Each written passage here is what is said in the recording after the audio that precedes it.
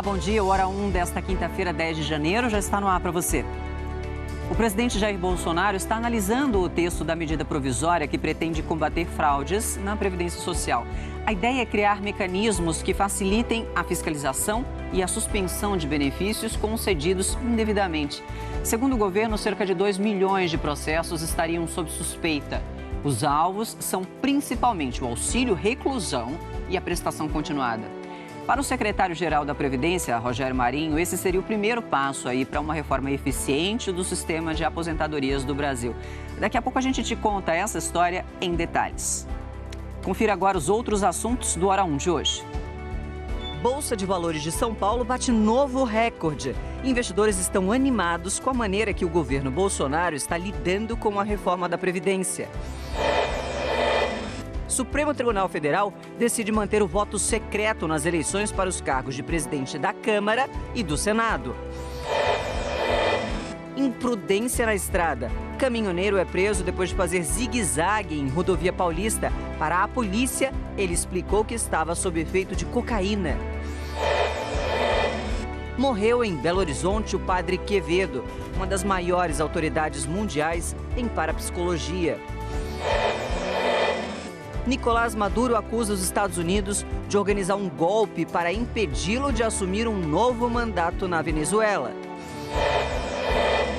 Donald Trump abandona a reunião com líderes democratas e impasse sobre um muro na fronteira com o México continua.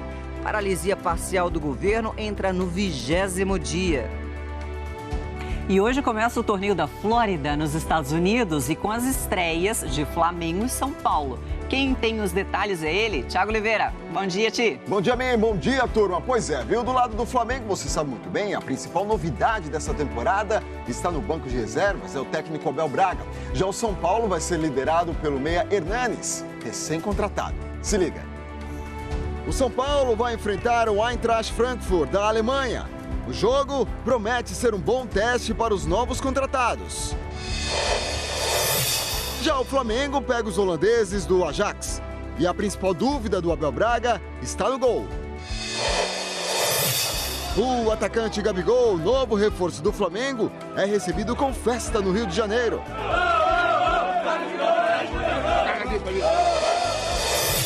Pela Copa São Paulo de Futebol Júnior, rodada de surpresas. Bahia e Chapecoense foram eliminados já na primeira fase. O São Paulo empatou com a Ferroviária e ficou em segundo no grupo. E o Palmeiras, hein? A molecada bem que tentou, mas a bola teimou em não entrar. E no finalzinho, o capivariano venceu. E tem também as informações do tempo com a Jaqueline Brasil. Bom dia, Jaque. Bom dia, Mi. Bom dia para você. E nessa quinta-feira, mais conhecida como pré-sexta, mas aqui a gente também chama de quinta-feira sua fantástica. O principal destaque, além do calorão, é a chuva. Aliás, muita chuva. Pode chover em praticamente todo o país, só no Rio que não. Tem risco de temporal em parte do norte, do nordeste e no sul. Aliás, tem alerta de deslizamento e alagamento no centro-sul do Rio Grande do Sul e daqui a pouco eu conto mais para você. Daqui a pouco ela conta aqui no Hora 1, porque tá só começando.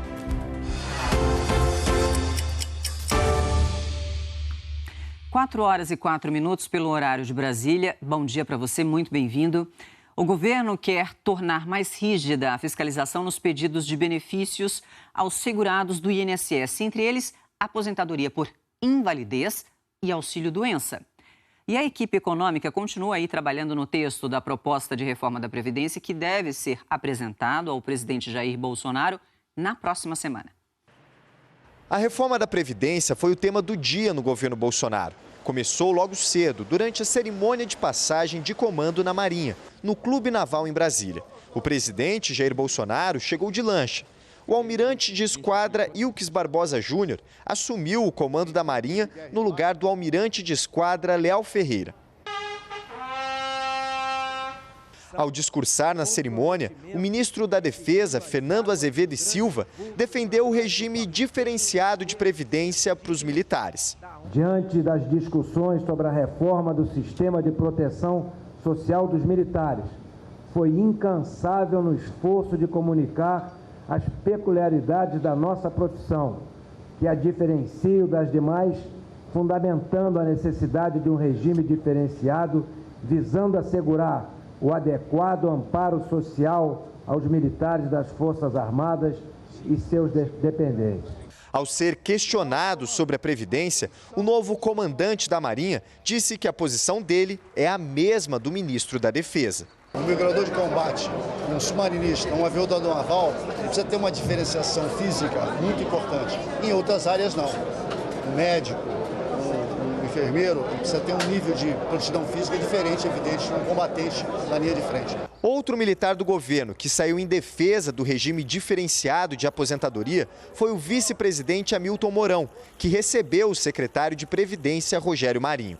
Mourão disse que as mudanças no regime militar devem ser feitas de forma separada, porque não precisam de mudança na Constituição. A proposta de reforma para os trabalhadores dos setores público e privado vai ser apresentada na semana que vem para o presidente Jair Bolsonaro. E vai prever um novo regime de contribuição para quem ainda vai entrar no sistema. Nesse regime, chamado de capitalização, cada trabalhador contribui para a sua própria aposentadoria, como se fosse uma poupança.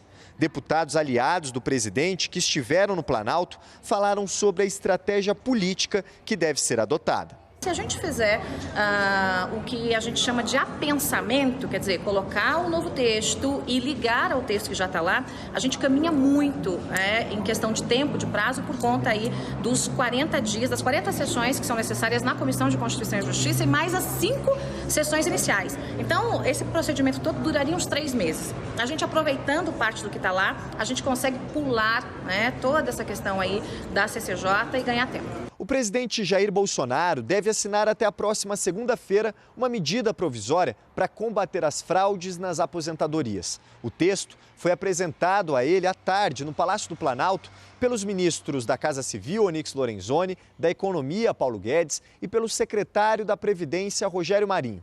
A medida, batizada de antifraude, vai determinar o cruzamento e a digitalização de informações de vários órgãos federais, estaduais e municipais. A proposta também inclui o aumento da fiscalização das declarações de nascido vivo e da concessão de atestados médicos para aposentadoria por invalidez. A identificação do beneficiado também passa a ser feita com mais rigor, com a ajuda da biometria. No caso de aposentadoria rural, haverá mudanças na hora de comprovar que o serviço foi prestado. E no caso de pensão por morte, para quem não era formalmente casado, a comprovação de união estável e dependência econômica passará por avaliação mais rigorosa. Mais rigidez também na concessão do auxílio reclusão, benefício dado a quem é dependente econômico de um trabalhador preso.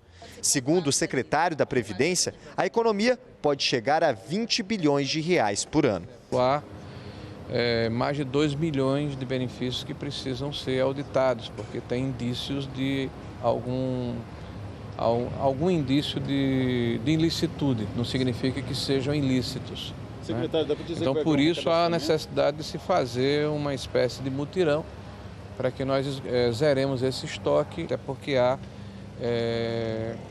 relatórios de ações que já foram feitas anteriormente, inclusive convalidados pelo Tribunal de Contas da União, que demonstram que há uma incidência de 16% a 30% de fraude nesse tipo de benefício. Daqui a pouco a gente volta a falar mais sobre o tema Previdência. Vimos aí a participação, a presença do presidente Jair Bolsonaro numa cerimônia da Marinha. Hoje à noite há a previsão de que ele participe de um jantar de confraternização do Exército. Agora, mudando de assunto, policiais rodoviários flagraram um motorista de caminhão dirigindo em zigue-zague a mais de 120 km por hora. A perseguição durou, mais de 60 quilômetros numa rodovia em São Paulo. O motorista, que confessou ter usado cocaína, só parou quando os policiais atiraram nos pneus do veículo. O caminhão que trafegava pela Regis Bittencourt chamou a atenção dos policiais rodoviários porque andava em zigue-zague.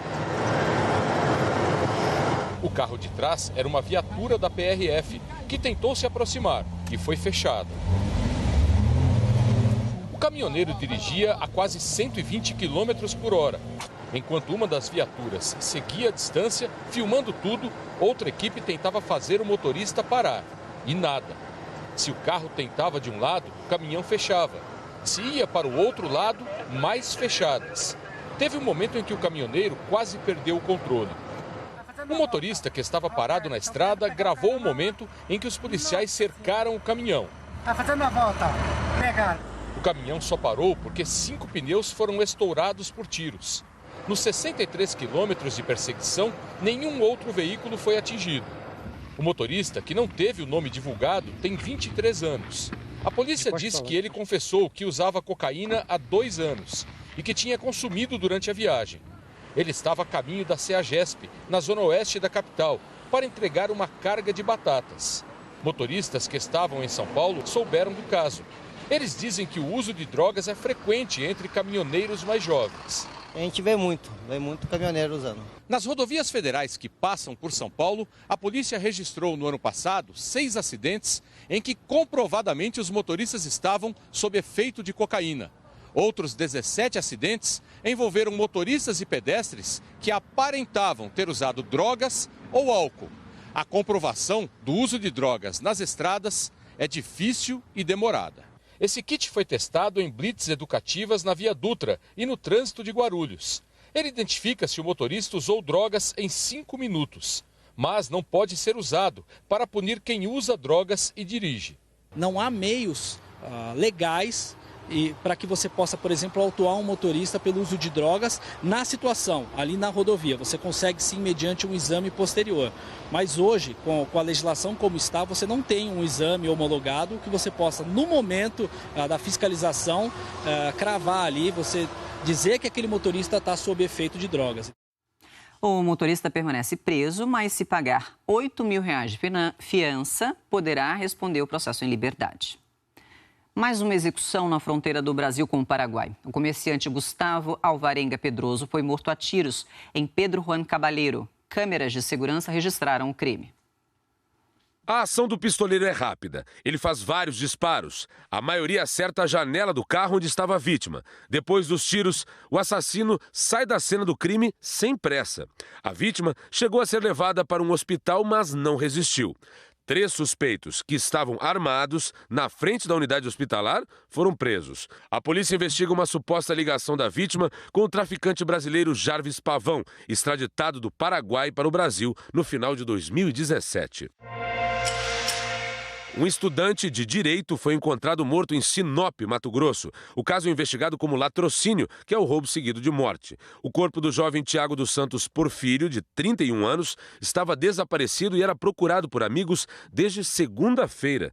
Ele foi encontrado numa kitnet onde morava e também atendia como cabeleireiro. Os vizinhos perceberam uma movimentação estranha no local e chamaram a polícia. Dentro do quarto, o corpo do rapaz estava com perfurações de faca, mas a moto e o celular da vítima não foram encontrados. Esta imagem de uma câmera de segurança que fica em frente ao local do crime flagrou o momento em que um suspeito abriu o portão eletrônico e saiu com a moto da vítima. A polícia ainda investiga o caso. Ninguém foi preso.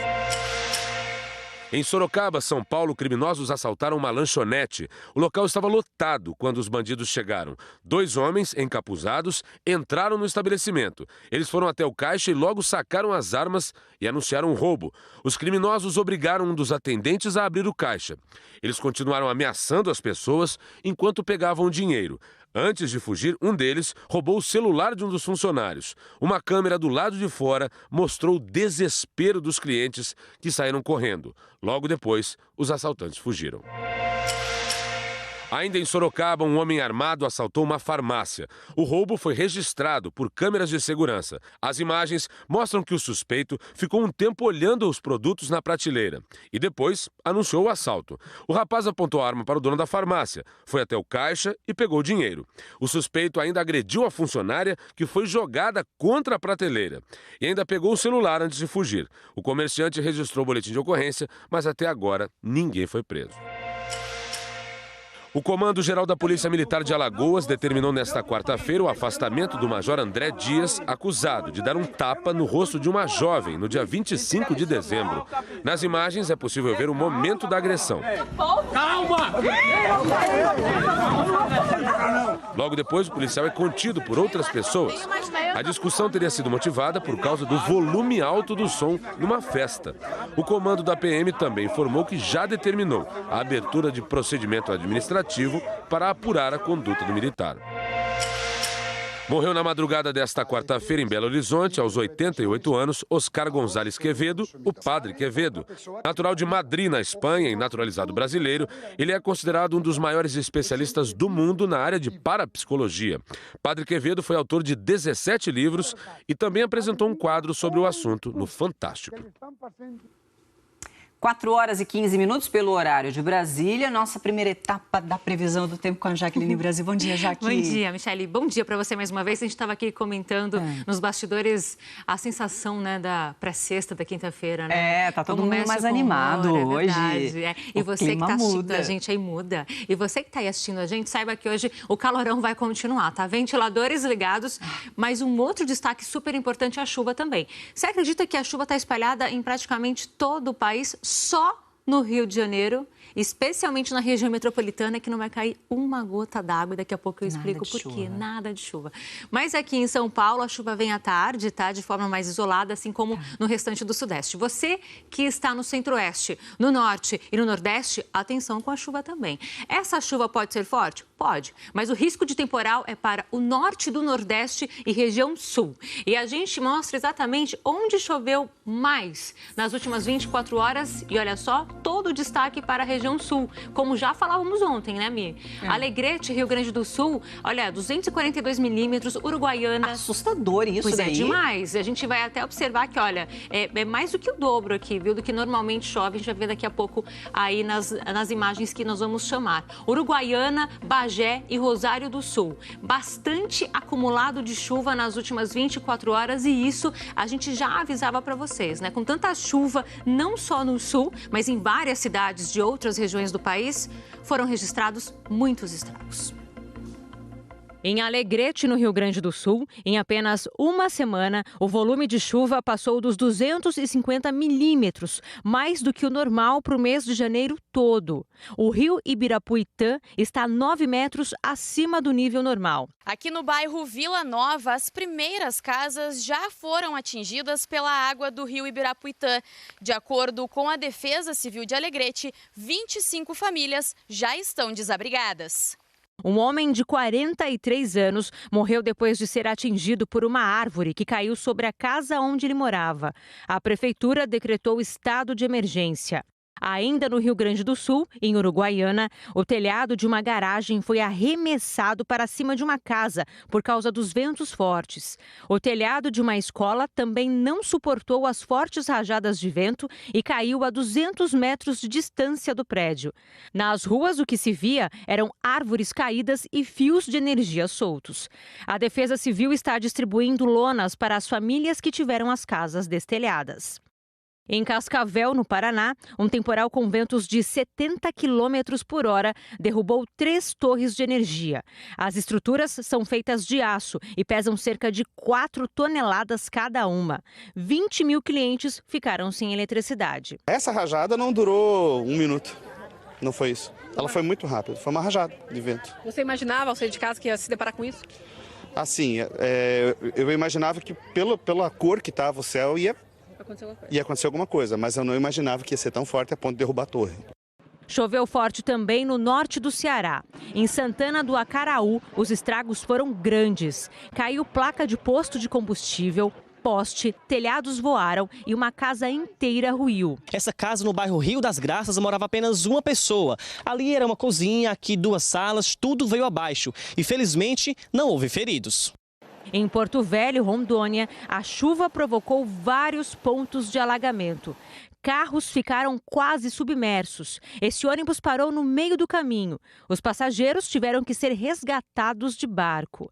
Quem estava de bicicleta teve que se virar para escapar da enxurrada. Chegando aqui, a situação começou a complicar e alagou tudo. Eu para mim, deu um tempo em cima da parada de ônibus, eu subi em cima e fiquei ali porque não tinha mais condições de andar. A água chegou a dar nos meus peitos.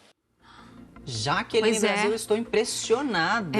Pois é, gente, é o verão. No caso de Rondônia, o motivo foi o calor e a umidade, muito calor, muita umidade, e o resultado é a chuva mesmo, tá? Aqui no sul é por causa daquele sistema de baixa pressão, lembra que eu falei que estava se formando no Paraguai. Com tanta chuva que já caiu ontem e hoje a previsão de mais temporal, risco de deslizamento e alagamento está no vermelho, é muito alto. Isso vale para você que está no centro-sul. Então, região de Bagé, na região da Campanha, fronteira oeste, até em Uruguaiana e Alegrete. Inclusive, agora, Alegrete já está chovendo mais uma vez. Então, toda atenção, claro que a gente vai passando todos os detalhes para vocês. Assim que começar uma chuva mais forte, a gente te conta aqui no Hora 1. Mostrando aqui os maiores acumulados de chuva previstos para hoje, olha só, em todo o estado do Rio Grande do Sul, Santa Catarina e Paraná. Mas onde está mais roxinho, quer dizer que vai passar ali dos 60 milímetros. É o caso. Já choveu demais, exatamente. O pessoal tem que ficar em atenção. Pois é, e é bem aqui na parte noroeste, região central do Rio Grande do Sul, onde fica Alegrete, que nós vimos aí a quantidade de estragos. Em algumas cidades também do Acre, Amazonas, Pará e também Maranhão, Piauí e Ceará.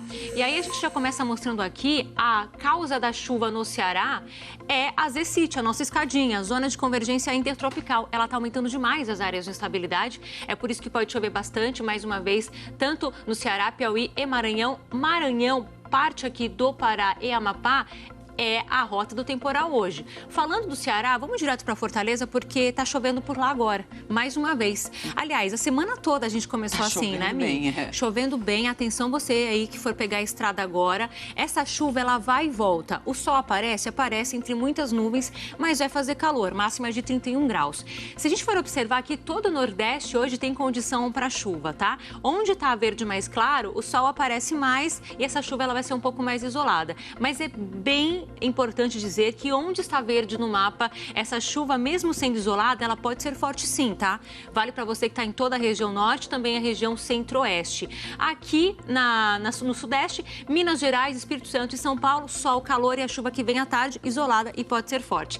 No Rio de Janeiro, só a região metropolitana que não vai chover, por quê? Tem a ver aqui com a direção do vento da alta pressão, que são os ventos de nordeste, desculpa. Esses ventos, eles são mais secos, então não deixa formar nuvem de chuva. E no sul, você que está de Porto Alegre para cima, tanto Santa Catarina e Paraná, o sol aparece, mas a chuva vem e é uma chuva muito forte. Vamos direto para a nossa câmera de Porto Alegre, uma visão meio diferenciada para a gente, olha, da orla do Guaíba. Não está chovendo agora, mas pode chover a qualquer momento e a máxima de 33 graus para vocês que estão aí em Porto Alegre, tá? Para finalizar, só as mínimas aqui, bem quentes, tá? 23 em Porto Alegre, Floripa, 21 aqui em São Paulo, 22 no Rio, também em Salvador, 23 em Palmas, 24 em Boa Vista, em Macapá. Daqui a pouco eu trago as máximas para vocês. Obrigada, Jaque. Até já, então. Até.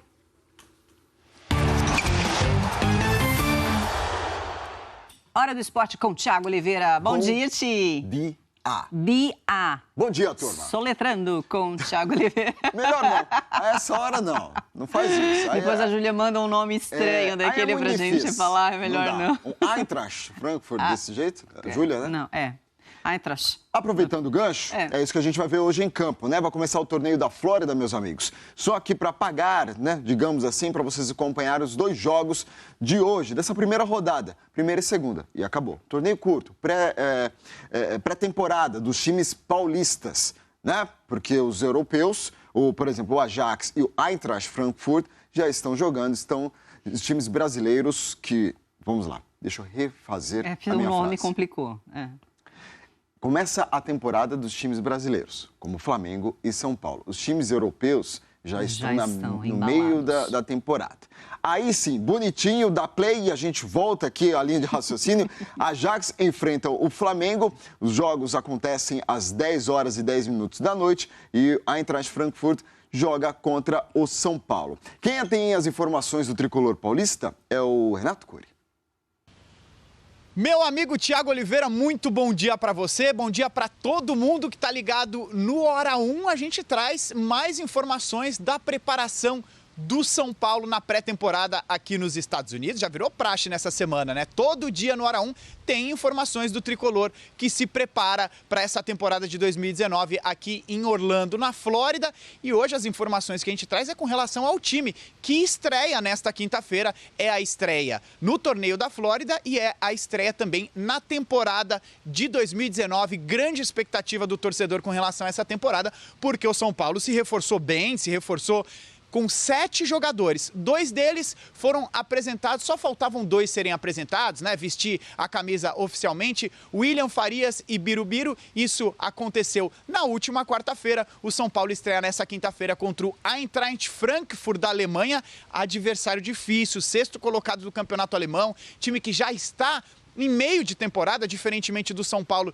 que chega agora de férias, né? Até o dia 2 de janeiro, os jogadores estavam de férias, o período foi curto, só uma semaninha de preparação para esse São Paulo 2019, que tem caras novas no time titular. Já era esperado, né? O São Paulo se reforçou e 3 desses reforços já aparecem entre os titulares. O goleiro Thiago Volpi vai ser titular na vaga que até o ano passado era ocupada pelo Jean. O Hernanes, talvez um dos principais reforços desses 7 que o São Paulo trouxe nessa janela de transferências. O Hernanes vai fazer aquela função do camisa 10 clássico, de armar o time. Ele entra na vaga que até o ano passado era ocupada pelo Nenê. Nenê vai para o banco de reservas a princípio. Última mudança lá no setor ofensivo. O Pablo, destaque do Atlético Paranaense no ano passado. São Paulo gastou 26,6 milhões para contar com o atacante, que foi uma das grandes figuras do futebol brasileiro em 2018. Ele desbancou o Diego Souza, vai ser titular como centroavante. Vai jogar ao lado do Everton e do Elinho. Grande expectativa para a estreia do São Paulo nessa quinta-feira na Copa da Flórida. Eu volto aí com você, meu amigo. Um abraço, Thiago. Valeu, Cury. Obrigado pelas informações. Quando a gente fala de reforços, temporada 2019, e a gente até brinca, faz um comparativo com o Palmeiras, que a gente fala que tem 3 times.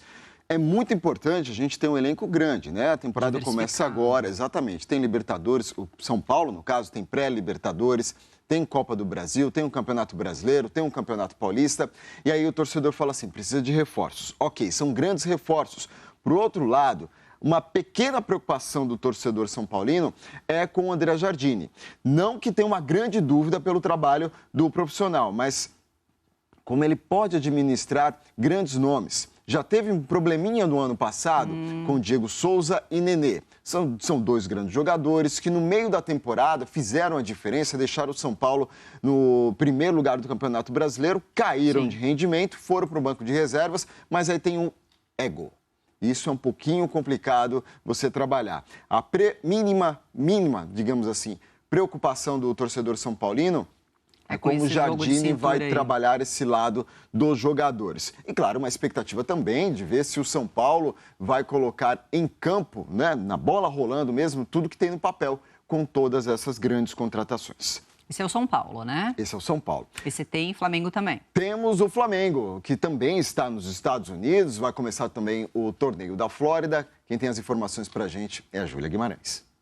Fala pessoal, tudo bem? Bom dia para todo mundo. O Flamengo fez o último treino com bola antes da estreia de hoje à noite no Torneio da Flórida, aqui em Orlando. Foi um treino aberto para nós jornalistas e também para a torcida. Cerca de 100 pessoas estiveram aqui, fizeram muita festa, tiraram fotos com os jogadores. Logo depois do trabalho a gente conversou com o meia Everton Ribeiro sobre o clima que eles sentiram tão longe do Brasil e com presença de torcedor. Muito bom estar novamente perto da torcida, onde a gente está fora do país comparecendo em peso, então é muito bom sentir esse carinho que eles têm por nós e a gente poder treinar para preparar bem para fazer uma grande temporada. O técnico Abel Braga vinha fazendo mistério em relação à equipe que vai entrar em campo hoje à noite contra o Ajax, mas justamente no último treino ele deu uma pista para a gente. Vai ser uma equipe bem parecida com a que terminou o ano passado. A gente pode acompanhar 2 mudanças. Na defesa, o Rodolfo entrou no lugar do Hever, que se transferiu para o Atlético Mineiro, e no meio-campo o Diego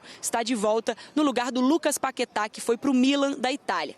A única dúvida que permanece é no gol. Se continua o César César, que terminou o ano passado fazendo boas atuações, ou se retorna o Diego Alves. O Flamengo está em início de temporada, né? Apenas uma semana de treinos com o técnico Abel Braga, mas o adversário de hoje à noite, o Ajax, está na Liga dos Campeões, nas oitavas de final, vai enfrentar o Real Madrid, está no meio da temporada.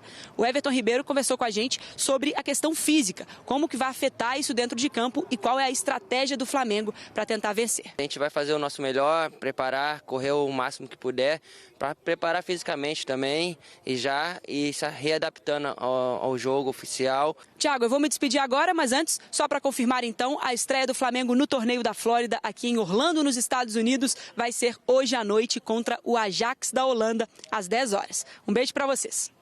Beijo, Júlia. Obrigado pelas informações. Essa informação que a Júlia comentou é extremamente importante, né? Um jogador que está ali no meio da temporada tem ritmo de jogo. Sim. Ao contrário de nós, brasileiros, começando agora, 2019, demora um pouquinho e isso a gente vai acompanhar. Demora para engatar. Mas o Abelão tá com fome de gol. Tá com fome de gol, mas os jogadores, assim, a perninha vai sentir, sabe? Sabe quando você faz o seu treininho ali, no outro dia você tá gritando?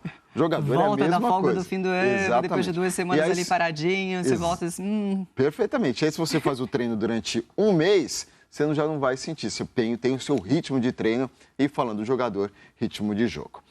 Quem vai ter esse momento também de se adaptar, ter ritmo de jogo, é o Gabriel. O Gabigol já está no Rio de Janeiro, temos as imagens aqui. Olha que bagunça. Os torcedores ali fizeram uma grande festa e também os jornalistas querendo uma palavrinha do Gabigol. A única coisa que ele disse é: eu estou feliz, na apresentação eu falo com vocês. E acabou. Porque o voo cansou. Foi isso, né? Mas aí agora a gente aguarda a apresentação, que deve ser hoje, né? O Gabigol é da Inter de Milão, assinou com o Flamengo, vai assinar com o Flamengo por empréstimo de 1 ano, investimento de 15 milhões de reais neste período, nessa temporada 2019. E a gente lembra que o Gabigol foi o artilheiro do Campeonato Brasileiro com 18 gols no ano passado, no Campeonato Brasileiro, quando estava no Santos. E eu acompanho muito as redes sociais, o torcedor santista está bem chateado, porque poderia ter mais 1 ano, né, o Gabigol. Só que aí vai para o rival e agora eles vão ter que aguentar. Eles, torcedores santistas, vão ter que aguentar.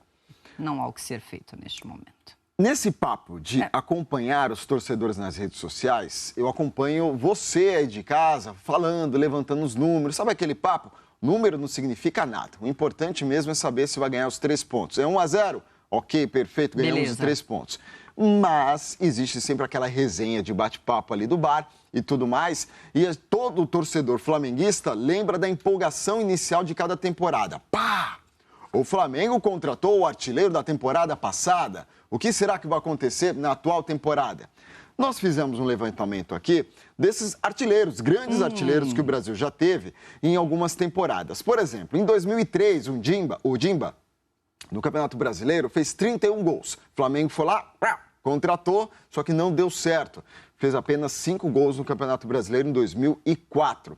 O Souza também. Eu lembro perfeitamente dessa época. O Souza voando, 17 gols quando estava no Goiás, 17 gols no Campeonato Brasileiro. O Flamengo foi, contratou e aí também não rendeu. Apenas 6 gols. O Josiel também pertencia ao Paraná em 2007, foi artilheiro com 20 gols e aí não conseguiu nada em 2008, quando assinou com o Flamengo. O Henrique Dourado, gente, essa semana mesmo a gente colocou uma reportagem, né? A gente fala sonora, mas ele respondendo ao repórter, dizendo que não teve uma grande fase, uma grande atuação quando chegou ao Flamengo, porque lá em 2017, no Fluminense... tinha voado. 18 gols no Campeonato Brasileiro. E aí a gente vê que quando ele se transferiu pro rival, pro Flamengo, fez apenas 6 gols.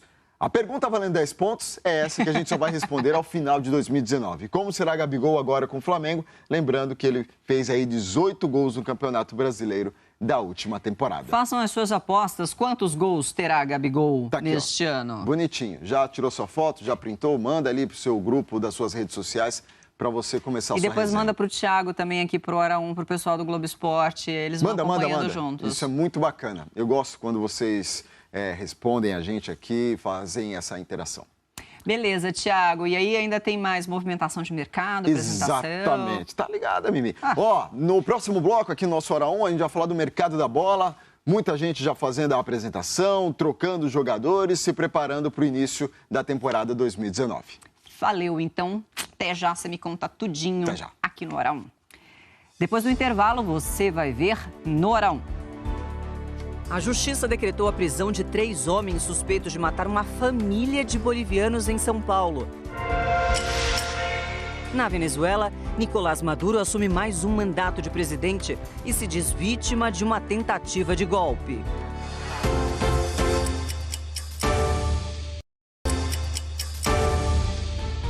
Estamos de volta aqui com o Hora 1, agora 4 horas e 36 minutos pelo horário de Brasília, quinta-feira, 10 de janeiro. Tá chegando agora? Bom dia para você, bem-vindo. Para quem ligou a TV neste momento, preparamos um resumo com as principais notícias que nós já mostramos na edição de hoje. Policiais rodoviários flagraram um motorista de caminhão dirigindo em zigue-zague a mais de 120 km por hora na rodovia Regis Bittencourt, em São Paulo. A perseguição durou mais de 60 quilômetros. O motorista só parou quando os policiais bloquearam a pista e atiraram nos pneus do veículo. Ele confessou que tinha usado cocaína durante a viagem. O destino final era a CEAGESP, da capital paulista, onde entregaria uma carga de batatas. Nas rodovias federais que passam por São Paulo, a polícia registrou no ano passado 6 acidentes em que comprovadamente os motoristas estavam sob efeito de cocaína. Outros 17 acidentes envolveram motoristas e pedestres que aparentavam ter usado drogas ou álcool. Um comerciante brasileiro foi morto em Pedro Juan Caballero, no Paraguai. Gustavo Alvarenga Pedroso estava dentro de um carro quando um homem de moto se aproximou e fez vários disparos. A polícia investiga uma suposta ligação da vítima com o traficante Jarvis Pavão, extraditado para o Brasil no final de 2017. Morreu em Belo Horizonte aos 88 anos Oscar Gonzalez Quevedo, o Padre Quevedo.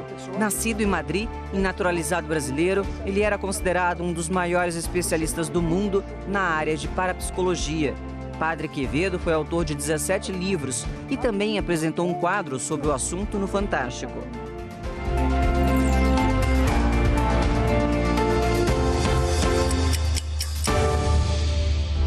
Hora de a gente dar aquela bisbilhotada nas cidades pelo Brasil? Começando aí por São Paulo, não chove neste momento na capital paulista, corredor norte-sul, uma das principais vias da capital, 23 graus. Rio de Janeiro, a única cidade onde deve ter sol o dia inteirinho, sem previsão de chuva, segundo a Jaqueline Brasil, 25 graus, a imagens da BR-101. Bom dia para você que está em Belo Horizonte, 20 graus aí, BH já acordando movimentada. Vamos para Vitória agora, no Espírito Santo. Bom dia para você de Vitória, 24 graus. Centro-Oeste do Brasil, começando por ela, a capital do Distrito Federal, centro do poder do país, Brasília, 21 graus. E aí, estreando câmera nova, vamos mostrar agora Goiânia, 19 graus. Bem-vinda! Bom dia para você. Cuiabá, ainda no Centro-Oeste, 23 graus aí. Bom dia. Cidade bonita, visão panorâmica. Para o Nordeste agora, opa! Agora continuamos aí com a imagem de Cuiabá. A gente mostrou a temperatura, agora sim, Salvador, na Bahia, visão panorâmica, 27 graus em Salvador. Aí, vamos para o Recife, bem escuro ainda no Recife, né? 27 graus. Bom dia, recifense. Ainda pelo Nordeste brasileiro, já choveu, deve chover ainda hoje, Fortaleza, 27 graus. Sul do país agora, Curitiba, 22 graus. Bom dia, curitibano. Encerrando nossa passeada de hoje, Porto Alegre, onde faz 25 graus. Jaqueline Brasil nos alertou que há risco de deslizamento no Rio Grande do Sul. A Justiça decretou ontem à noite a prisão temporária dos 3 homens suspeitos de participar do assassinato de uma família boliviana. Os corpos foram encontrados mutilados e enrolados em sacos plásticos numa casa de Itaquaquecetuba, em São Paulo. 2 dos envolvidos já estão na cadeia. O terceiro continua foragido e é procurado pela Interpol. Miguel Álvaro Bautista Silva, de 27 anos, e Roberto Cali Javier, de 33, deixaram a delegacia algemados. O juiz também decretou a prisão temporária do cunhado da mulher assassinada, Gustavo Vargas Arias, de 36 anos, principal suspeito do crime, segundo a polícia. Ele é considerado foragido, inclusive pela Interpol. Os depoimentos duraram quase 10 horas aqui na delegacia de Itaquaquecetuba. Segundo o delegado que investiga o caso, esses 2 suspeitos presos apresentaram muitas contradições durante os interrogatórios. Do Gustavo, que encontra-se em local não sabido, a forma que mudou da rotina dele a partir do dia 24, ele foi visto com a criança do casal e depois não mais. Ele alugou a casa onde foi encontrado esses corpos, né? Além de outros indícios. Os outros 2 que nós representamos pela temporária, em razão das contradições, algumas contradições que ficaram claras nos depoimentos. A casa em Itaquaquecetuba, onde os corpos dos bolivianos Jesus Reinaldo Condori Sanizo, de 39 anos de idade, da mulher dele, Irma Morante Sanizo, de 38, e do filho Jean Abner Morante Condori, de 8 anos, foram encontrados, segundo a polícia, foi alugada pelo Gustavo com a ajuda do Miguel, para guardar as máquinas de confecção de roupas retiradas da casa do casal em São Paulo. A polícia militar foi até o local verificar uma denúncia de cárcere privado e, quando entrou no banheiro dos fundos, encontrou os corpos mutilados, embalados em sacos plásticos e divididos em 3 malas. Um boletim de ocorrência informando o desaparecimento do casal foi registrado no DHPP da capital no dia 23 de dezembro pela mulher de um dos homens presos. Naquele dia, ela disse à polícia que desconfiava que o Gustavo estava respondendo às mensagens do celular da mulher assassinada como se fosse ela. Veio uma informação para a gente, informal, de que um mês antes, ou seja, do dia 23 de dezembro, um mês antes, meados de novembro, esse Gustavo estaria, entre aspas, oferecendo essa criança, né, esse sobrinho, que foi encontrado morto junto com os pais, estaria oferecendo para uma pessoa, meus parentes não têm condições de ficar com uma criança de 8 anos, então eles estão querendo oferecer essa criança. Que horror! Os corpos das 3 vítimas serão transportados para a Bolívia, onde serão sepultados. 23 carros foram roubados de dentro de uma concessionária em Cuiabá. Como a maior parte dos veículos estava com pouco combustível, os ladrões foram abandonando os carros durante a fuga. A suspeita é que cerca de 15 pessoas tenham participado do assalto. Durante todo o dia, as equipes das polícias civil e militar fizeram buscas nos bairros da capital. Este é um dos endereços identificados pelo rastreador de um dos carros roubados. A polícia acabou de entrar e, olha só, conseguiu localizar o veículo. Ele estava escondido no quintal. Esses veículos novos aqui, eles possuem já um rastreador, né? E através dele nós tivemos sucesso em localizar aqui.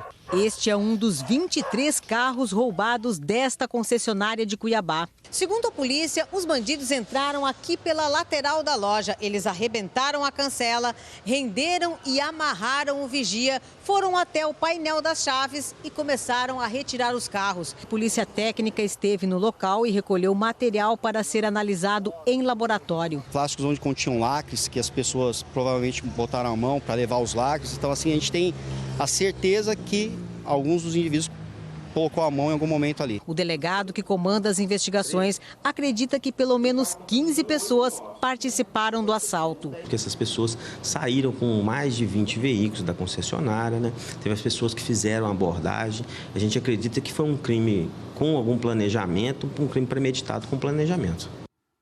Até agora, 19 carros foram recuperados. Notícias internacionais. A partir deste momento, o presidente da Venezuela, Nicolás Maduro, deu um ultimato para os países do Grupo de Lima, entre eles o Brasil, que não reconhecem o novo mandato dele como presidente. Maduro toma posse hoje para mais 6 anos de governo. Maduro acusou os Estados Unidos e o Grupo de Lima de armar um golpe contra ele. Um golpe de Estado ordenado por Washington e pelo cartel de Lima, disse o presidente venezuelano numa entrevista coletiva, está em curso contra o governo legítimo e constitucional que eu presido. 13 países do Grupo de Lima, entre eles Brasil, Colômbia e Argentina, exigiram na sexta-feira que Maduro não tome posse para o segundo mandato, alegando que sua eleição não foi legítima. O grupo quer que Maduro entregue o poder à Assembleia Nacional, controlada pela oposição, até a realização de novas eleições. Maduro disse que deu 48 horas para uma retratação do Grupo de Lima. Caso contrário, tomará represálias diplomáticas. A Organização de Direitos Humanos Human Rights Watch divulgou um relatório denunciando o governo venezuelano por torturar militares suspeitos de conspirarem contra o presidente. Foram torturados também parentes dos acusados e alguns civis, num total de 32 pessoas. A pesquisadora Tamara Tarassiuk, que participou da investigação, disse pela internet que o caso deveria ser levado a julgamento internacional. Hoje é impossível que as vítimas tenham justiça na Venezuela. O que é importante hoje é avançar nas possibilidades de justiça no mundo internacional. Uma opção é o Tribunal Penal Internacional. Os abusos são casos de espancamentos brutais, asfixia, choques elétricos e ameaças de morte. Nicolás Maduro deve fazer o juramento de posse não diante da Assembleia Legislativa, mas sim diante do Tribunal Supremo de Justiça do país. Nos Estados Unidos, o governo entra no 20º dia de paralisação parcial e está difícil o acordo entre o presidente Trump e a oposição democrata para que tudo volte ao normal. Ontem, os dois lados se encontraram, mas a reunião quase acabou em confusão. Trump falou que foi uma perda de tempo e insistiu na aprovação de uma verba para a construção de um muro na fronteira com o México. Quem explica melhor essa história é o Guga Chakra, de Nova York. Houve uma tentativa de reunião entre os dois lados, mas o presidente americano suspendeu o encontro abruptamente quando os democratas deram a entender que não vão aceitar a construção de um muro ou o direcionamento de 5,7 bilhões de dólares para a construção de um muro separando os Estados Unidos do México. O presidente Trump vai para a fronteira entre os dois países, mais uma vez, para defender seu ponto de vista, dizendo que esse muro é necessário para conter o fluxo de imigrantes. Os democratas vão argumentar que o fluxo, na verdade, vem se reduzindo ao longo dos anos. É 1/4 do que era no ano 2000, metade do que era uma década atrás. E, mais importante, há tecnologias mais modernas do que o muro para você tentar conter esse fluxo. De qualquer forma, a tendência à paralisação no governo americano, o chamado shutdown, prosseguir por mais um tempo. Nenhum dos dois lados está fazendo concessão. O certo é que a população americana avalia que o Trump, em sua maioria, é o responsável por esse shutdown, segundo 51% dos entrevistados de uma pesquisa publicada pela agência de notícia Reuters. E, por outro lado, 32% consideram os democratas e 7% consideram os congressistas republicanos. Quer dizer, os democratas estão numa situação melhor e vêm tentando convencer alguns senadores mais moderados do Partido Republicano a passar para o lado deles e pressionar mais o presidente dos Estados Unidos.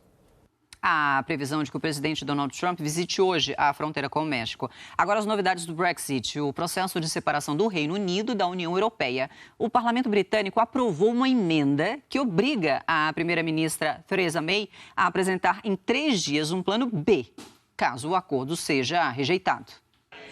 O acordo que Theresa May negociou com a União Europeia será votado no parlamento britânico na próxima terça-feira. O governo esperava um prazo de 21 dias para revisar o texto em caso de derrota. Foi o segundo revés de May em pouco mais de um dia. Ontem, os parlamentares iniciaram um debate para esmiuçar os detalhes do processo de separação.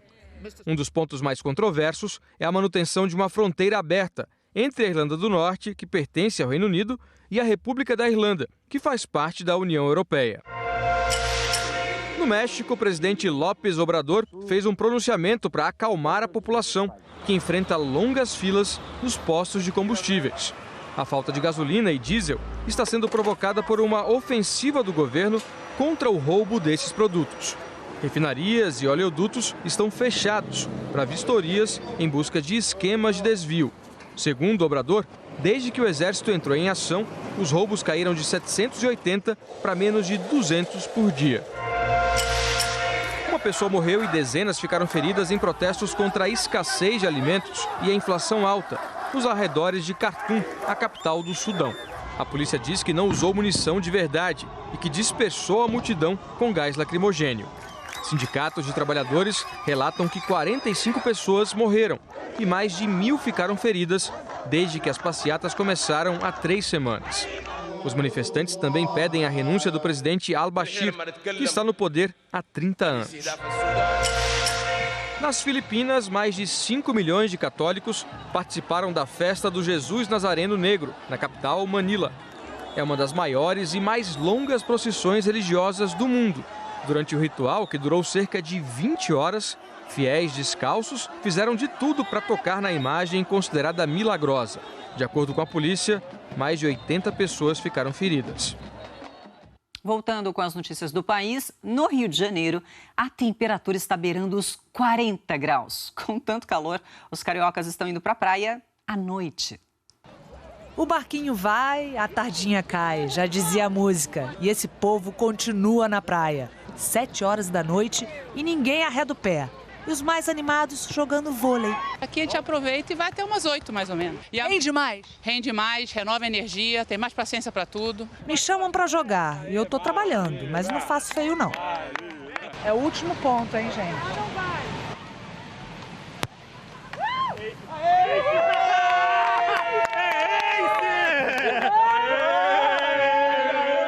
É tudo tão alegre que Viviane passou 8 horas na praia, de 11 da manhã às 7 da noite. Passou protetor, é verdade isso? Passei protetor solar. Não deu vazão, né? Não, desde cedo o sol tava pegando fogo. Fogo e romance na noite de verão. Enquanto isso, no calçadão, muitos chegam acelerados. Vocês estão chegando na praia? Sim, ver o pôr do sol, né? Então vocês têm que correr, pode ir lá, pode ir lá. A Pedra do Arpoador fica apinhada de gente para assistir ao espetáculo. O astro rei se põe e é de tirar o fôlego. O sol já se pôs, já está escurecendo. Passa das 8 da noite, as luzes da cidade já se acenderam e lê do engano de quem acha que é hora de ir embora da praia. Agora que está mais fresquinho, o pessoal quer ficar aqui. Virou moda. Os amigos se reúnem depois do trabalho para contemplar a natureza. Chegamos mais ou menos umas 6 horas e estamos aqui até agora, porque é o melhor horário, porque dá pra gente curtir, dá pra gente ficar à vontade. O pôr do sol foi lindo. A família reunida veio passear de noite, quando a temperatura cai, mas ainda fica na casa dos 33 graus. Que horas vocês vão para casa hoje? Não tem horas. É mais fresco, acho que para curtir com a família, é um pouco menos tumultuado, né? Um mergulho noturno refresca ainda mais. Foi gostoso esse mergulho? Oh, foi maravilhoso. Melhor que de dia. Pra quem tá batendo ali a porta da casa dos 40 graus, 33 tá fresquinho, 33 né? graus, assim, tá super fresquinho. E aí, você que tá aí, né, no Rio de Janeiro, você é carioca, você está passando alguns dias, né, ali na cidade do Rio, quer saber? Segue assim? Segue assim. Muito calor, não só na cidade do Rio de Janeiro, mas em todo o Rio de Janeiro. Detalhe, sem chuva. Daqui a pouco eu explico por que não vai chover. Antes, a gente mostra aqui o calorão de ontem mesmo. Ontem, bateu na trave dos 40 graus, 38,5 graus, sendo que a média para janeiro, 31,5. As cidades próximas também, Seropédica, 36,8 e Niterói, 37,1. Hoje a máxima de 39. Então, assim, ó, batendo nos 40 graus. Agora, claro, muita gente está perguntando por que só no Rio de Janeiro não vai chover hoje. A gente explica para vocês. São os ventos secos de Nordeste. Esses ventos secos de Nordeste, eles saem exatamente da borda do sistema de alta pressão. É a direção dele. Então, ele vem nessa direção e ele puxa, traz o ar seco e quente em direção ao Rio de Janeiro. E foi exatamente esse vento de Nordeste que ontem impediu que a brisa do mar chegasse aqui em São Paulo, e é por isso que não choveu aqui na capital paulista, conforme a gente tinha falado que poderia chover. Hoje, por causa do distanciamento desse sistema de alta pressão, o vento de Nordeste ele vai alcançar o Rio de Janeiro, mas a brisa do mar ela vai estar mais forte do que esse vento vento seco aqui em São Paulo. Então, por isso que hoje pode chover aqui na capital paulista e na região metropolitana, Ficou tá? bem didático aquele mapa. Ficou, né? Deu pra entender? Muito legal. Legal. Depois, se fizer chamada oral, beleza pra você, se eu perguntar? Ótimo. No próximo bloco eu te pergunto. Isso foi legal. Olha só, Niterói hoje, máxima de 37, São Gonçalo 38 e Arraial do Cabo 29, tá vendo? Não chove, não tem previsão de chuva, é aquela frase que eu sempre falo, um sol para cada um. Mesmo não tendo um sol para cada um, com a chuva espalhada por boa parte do país, tá vendo como ainda faz muito calor? 33 em Porto Alegre, que foi ontem à noite no Rio, né? Mas tudo bem. 33 a máxima em Porto Alegre, também em Florianópolis, aqui em São Paulo, 30 em BH, 32 para você que está em Brasília, também 30 em Palmas, Teresina, Macapá, 33 em Boa Vista, 32 em Manaus. Vocês podem observar que em todo o país as máximas acima dos 30, a não ser em Fortaleza 29. Isso é por causa da área de instabilidade que está aumentando bastante lá, é a Zecite, a escadinha que a gente sempre fala, que é essa daqui. Ela está fabricando muitas nuvens de chuva, é por isso que tem risco de temporal, especialmente para você que está aqui, olha, no norte do Piauí, pegando também norte do Maranhão, parte aqui nordeste do Pará e também Amapá. No restante do norte, só o calor e a chuva que vem a qualquer momento, mas principalmente à tarde. Todo o nordeste está aí com essa chuva. Aqui na faixa leste, onde o verde está mais claro, essa chuva vai ser mais fraca, tá? É o caso aqui da Bahia e nós vamos direto para a Feira de Santana, dar um oi para você. Feira de Santana, que é o seguinte, o sol aparece e a chuva vem mais à tarde, tá? Certo. É uma chuva mais para refrescar. Máxima de 31 graus para você que está aí em Feira de Santana. Isso vale também para Salvador. No centro-oeste, aquele tempo super abafado. Mato Grosso, o sol aparece menos e a chuva pode vir a qualquer momento. Mas você que está aqui em Mato Grosso do Sul e em Goiás, aí o sol aparece mais e a chuva vem mais no período da tarde. Vamos para Goiânia. Gostei da câmera que você mostrou. A nova. Estreou a nossa câmera de Goiânia, tá aí. Goiânia para vocês, sem ninguém, passando pela rua, porque tá todos ou sintonizados aqui, ligadíssimos no Hora 1. Máxima de 33 graus, tá? Para você que está em Goiânia, você que está se preparando agora para sair de casa. É impressionante como esse mapa mudou, porque a faixa amarela se restringe agora só ao Rio de Sim, Janeiro. você viu exatamente, o nosso mapa ele tá todo verdão. Por quê? Calor e principalmente umidade. Só amarelinho mesmo no Rio de Janeiro. Já que você falou do Rio de Janeiro, a gente continua falando sobre o Sudeste então. Olha, Espírito Santo, que ontem estava no amarelo também, não está mais, e todo o estado de Minas Gerais, São Paulo também. Qual que é a pegada? Solzão, aquele dia super bonito, com poucas nuvens, e aí no meio da tarde vai começar a chover e pode ser uma chuva forte sim, tá? E aqui no sul também tem o risco de temporal por causa do sistema de baixa pressão. No centro-sul do Rio Grande do Sul, nem um pingo de sol, mas de Porto Alegre para cima, aí o sol aparece. Vamos dar uma olhadinha em Canoas, região metropolitana de Porto Alegre ali, pra gente observar. A rodovia não tá chovendo agora, pode chover a qualquer momento, mas intercalando com o sol. Vale para você que está em Santa Catarina e também no Paraná. Eu já ia apertar mais um botãozinho. Daqui a pouco a gente volta. No próximo bloco, aí você aperta. Já aqui, até já, então. Até.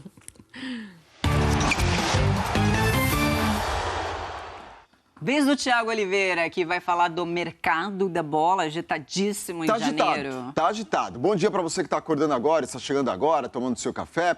É o seguinte, o Corinthians está fazendo a sua pré-temporada, está trabalhando, o Fábio Carille já voltou, já mostramos aqui no nosso Hora 1. E aí agora começam as outras apresentações, como o meia equatoriano Sornosa. Quem acompanhou foi o repórter Guilherme Pereira. Olá, tudo bem? Um abraço a todos. Nessa quarta-feira o Corinthians apresentou o meia Júnior Sornosa, que estava no Fluminense, 7º reforço do clube para a temporada, o 5º estrangeiro no atual elenco e o primeiro equatoriano a vestir a camisa do Corinthians. Por isso o Sornosa disse que este é o maior desafio da carreira dele, o Sornosa que tem só 24 anos. Para mim é um maior desafio, espero mejorar cada día, voy a trabajar, voy a luchar cada día para poder conquistar muchos títulos aquí. Esa es mi mentalidad, con esa mentalidad es que estoy aquí para ganar muchos títulos y poder darle mucha alegría a toda esa torcida. O clube pagou 11 milhões de reais por ele, não foi uma contratação barata e por isso é interessante observar que o Sornosa exerce a mesma função do Jadson, atual camisa 10 e titular absoluto do Corinthians, um meia armador. Ele disse que conversou com o Fábio Carille, falou que joga na posição em que o treinador quiser, mas que gosta mesmo de jogar centralizado, armando a equipe. E aí ele teria que disputar então posição com o Jadson. Resta saber se o Fábio Carille vai conseguir fazer os dois jogarem juntos ou se no primeiro momento o Sornosa vai ser mesmo o substituto imediato do camisa 10, Jadson. Nessa quinta-feira o Corinthians faz um amistoso contra o Nacional aqui mesmo no centro de treinamento e no domingo contra o Santos na Arena Corinthians. E aí a expectativa é que o Sornosa ou o Ramiro, reforços importantes para a temporada, estejam prontos para jogar contra o Santos, tá certo? Valeu, gente. Um abraço a todos e até a próxima. Oi, Guilherme, muito obrigado pelas informações. Nessa agenda aí do Corinthians, né, dos amistosos, aí o jogo oficial será no dia 20 no Campeonato Paulista contra o São Caetano. Falando ainda de reforços, Rodrigo Lindoso foi apresentado no Internacional. Ele pertencia ao Botafogo, teve uma boa temporada em 2017, quando o Botafogo chegou até as quartas de final da Libertadores, fez uma grande temporada. Em 2018 foi mais ou menos, deixou a desejar em alguns meses e agora aí tem mais uma chance na carreira. Foi apresentado ao Internacional, que tem aí, né? Todo mundo sabe que o Internacional está na Libertadores e essa foi uma das questões importantes para a diretoria do Colorado, escolher alguns jogadores. Quem tem experiência na Libertadores, porque essa é a meta do Internacional para esta temporada. Agora, outro jogador que foi para o Internacional, que teve uma troca, né? Deixa eu mostrar agora para vocês que, na verdade, o Internacional não, que estava no Botafogo, porque eu falei do Rodrigo Lindoso que estava no Botafogo, mas um jogador que estava no Botafogo e foi apresentado a outro time, que no caso é o Atlético Mineiro, o Igor Rabelo. Mesma questão, Mi, sobre a Libertadores. Igor Rabelo foi um grande destaque na temporada 2017, e eu falo em 2017, poxa, Thiago, estamos em 2019. É porque neste ano aí o Botafogo estava muito ruim, foi muito bem na Libertadores. E esses jogadores foram fundamentais. E aí também temos o Gabriel, que era o zagueiro do Atlético Mineiro e agora foi para o Botafogo. Então os clubes trocaram, né, os zagueiros. Então temos o Gabriel no Botafogo e o Igor Rabelo no Atlético Mineiro. Dois saíram do Botafogo e foram fazer os reforços para a Libertadores em Exatamente. Outros times. Falando ainda do time carioca, um outro jogador que fez uma grande história no Botafogo foi apresentado em outro clube. Eu estou falando do atacante uruguaio Loco Abreu. Ele voltou agora para o nosso futebol brasileiro, e vai jogar no Rio Branco, do Espírito Santo. Se liga aí. Aos 42 anos, Loco Abreu, com passagem pela seleção do Uruguai e ídolo no Botafogo, é o reforço do Rio Branco, uma das equipes mais tradicionais do Espírito Santo. A chegada do jogador em Vitória levou cerca de 400 torcedores ao aeroporto de Vitória. O recebimento foi muito legal, muito mais do que a gente imaginava. E agora é só começar a treinar, encaixar rápido com o time e saber que vai ser uma competição difícil. Todo mundo sonha com ser campeão. Não porque o Loco Abreu está em Rio Branco vai ser que a taça já é nossa, senão que vai ter que correr atrás, trabalhar muito e com dedicação, profissionalismo. E além disso, saber que a torcida vai estar junto a gente. Na entrevista coletiva, em um momento de descontração, Loco Abreu disse que em breve pretende experimentar um dos pratos mais conhecidos da culinária capixaba, a famosa muqueca. Já me falaram da muqueca capixaba ontem, tu me falando disso, porque eu gosto de perguntar qual é a comida tradicional. Aí já tem o pessoal aqui que está preparando para quando seja o dia certo para poder comer, também tem que saber escolher o dia. Pelo menos na empolgação, o Campeonato Capixaba 2019 já começou.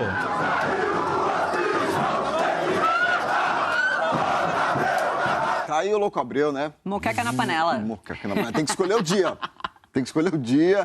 28 clubes em 22 anos de carreira. Mais uma vez ele está de volta ao futebol brasileiro. E claro, você ainda vai falar hoje da Copinha? Da nossa querida, deliciosa Copinha, mostrando quem avançou. Tivemos zebra, temos golaços e temos, claro, a nossa escolinha de futebol do Arão. The Little School. Tiago, então, até já. Até já, amigo. E você vai ver no Hora 1 a seguir. Governo prepara medidas para evitar fraudes nos benefícios da Previdência Social. A Bolsa de Valores de São Paulo bate um novo recorde de negócios.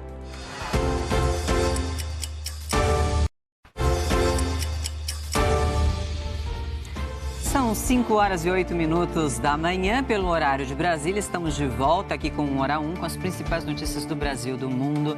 Para quem chegou agora, a gente preparou um resumo do que nós já mostramos na edição de hoje.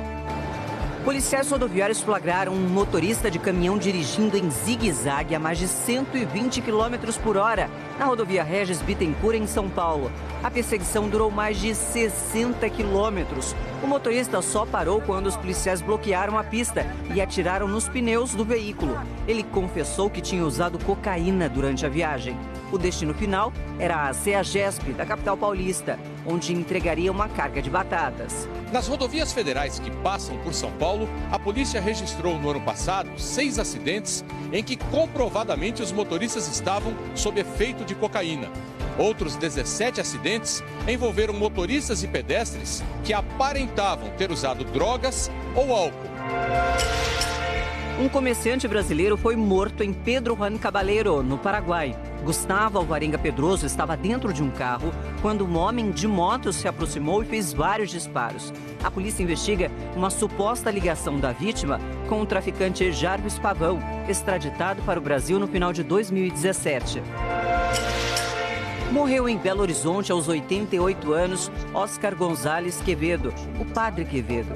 Nascido em Madrid e naturalizado brasileiro, ele era considerado um dos maiores especialistas do mundo na área de parapsicologia.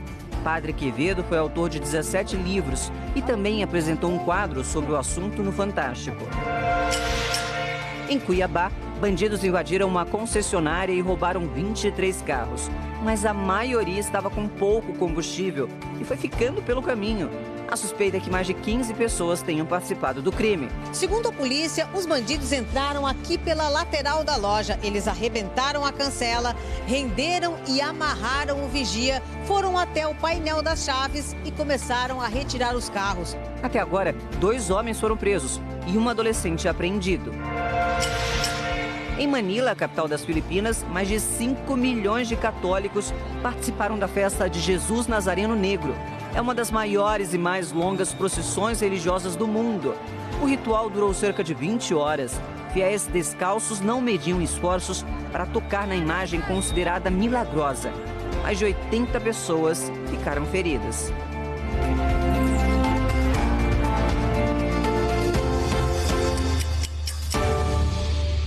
Hora de Brasília, às 5h11, é o momento em que a gente dá aquela olhada como está o amanhecer pelas cidades do país. Em São Paulo, bastante movimento aí na zona leste da cidade, 22 graus.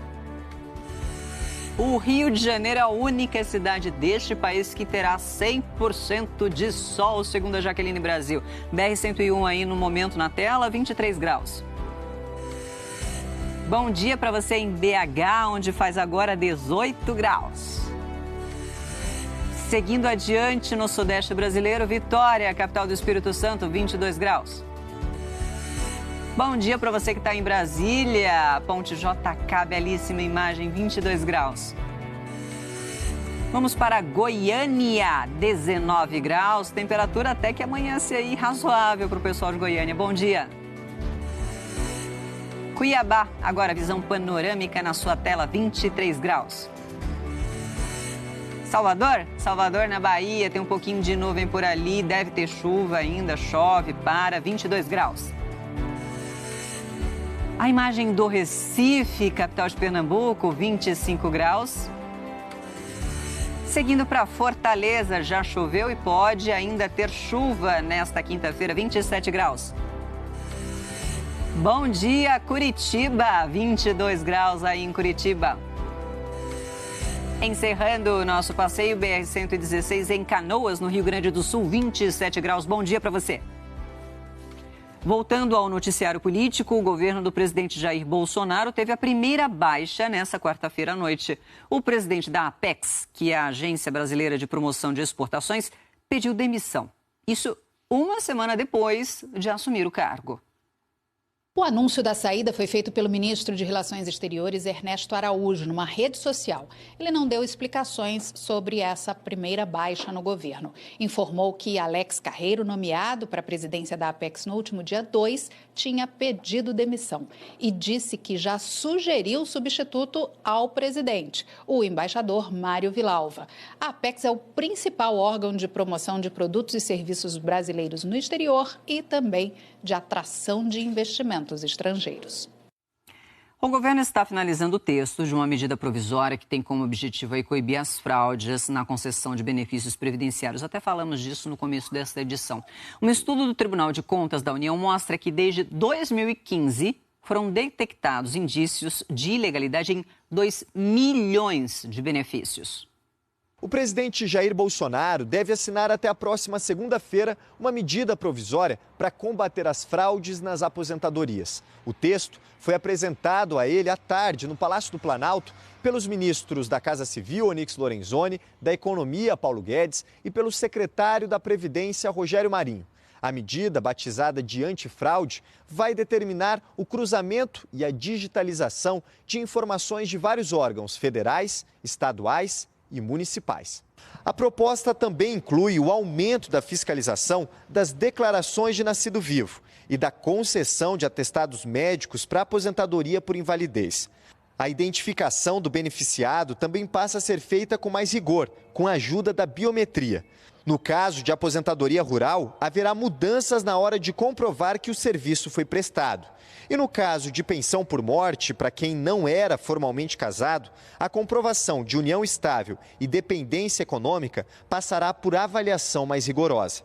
Mais rigidez também na concessão do auxílio reclusão, benefício dado a quem é dependente econômico de um trabalhador preso.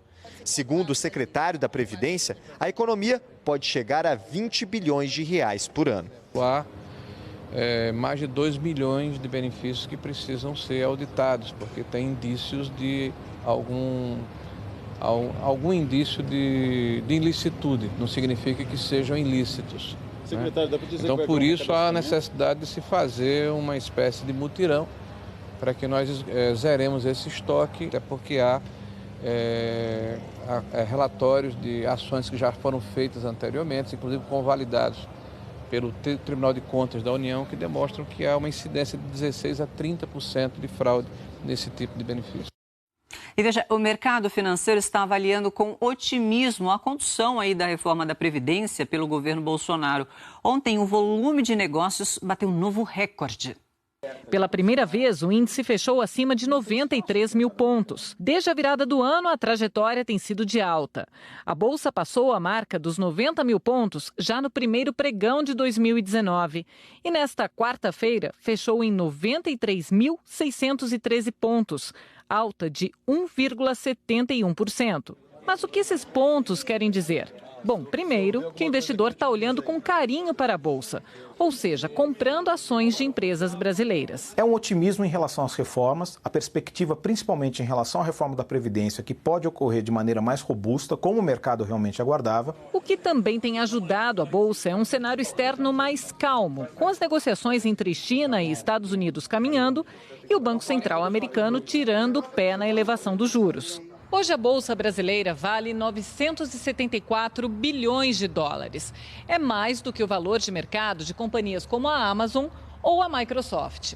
Mas, apesar do resultado desta quarta-feira ser importante, não é o melhor momento da Bolsa. Fazendo o ajuste da inflação, entre maio de 2007 e maio de 2008, os resultados foram ainda mais altos. Foi a época de alta das commodities. Ele não reflete ainda a recuperação da Bolsa dos resultados que ela teve lá atrás, por exemplo, em dólares. Para os estrangeiros, de alguma maneira, a Bolsa aqui está barata. O presidente do Supremo Tribunal Federal, ministro Dias Toffoli, decidiu nessa quarta manter a votação secreta para as mesas diretoras da Câmara e do Senado. Também ontem, o deputado Rodrigo Maia, do DEM, conseguiu mais um apoio para continuar no comando da Câmara.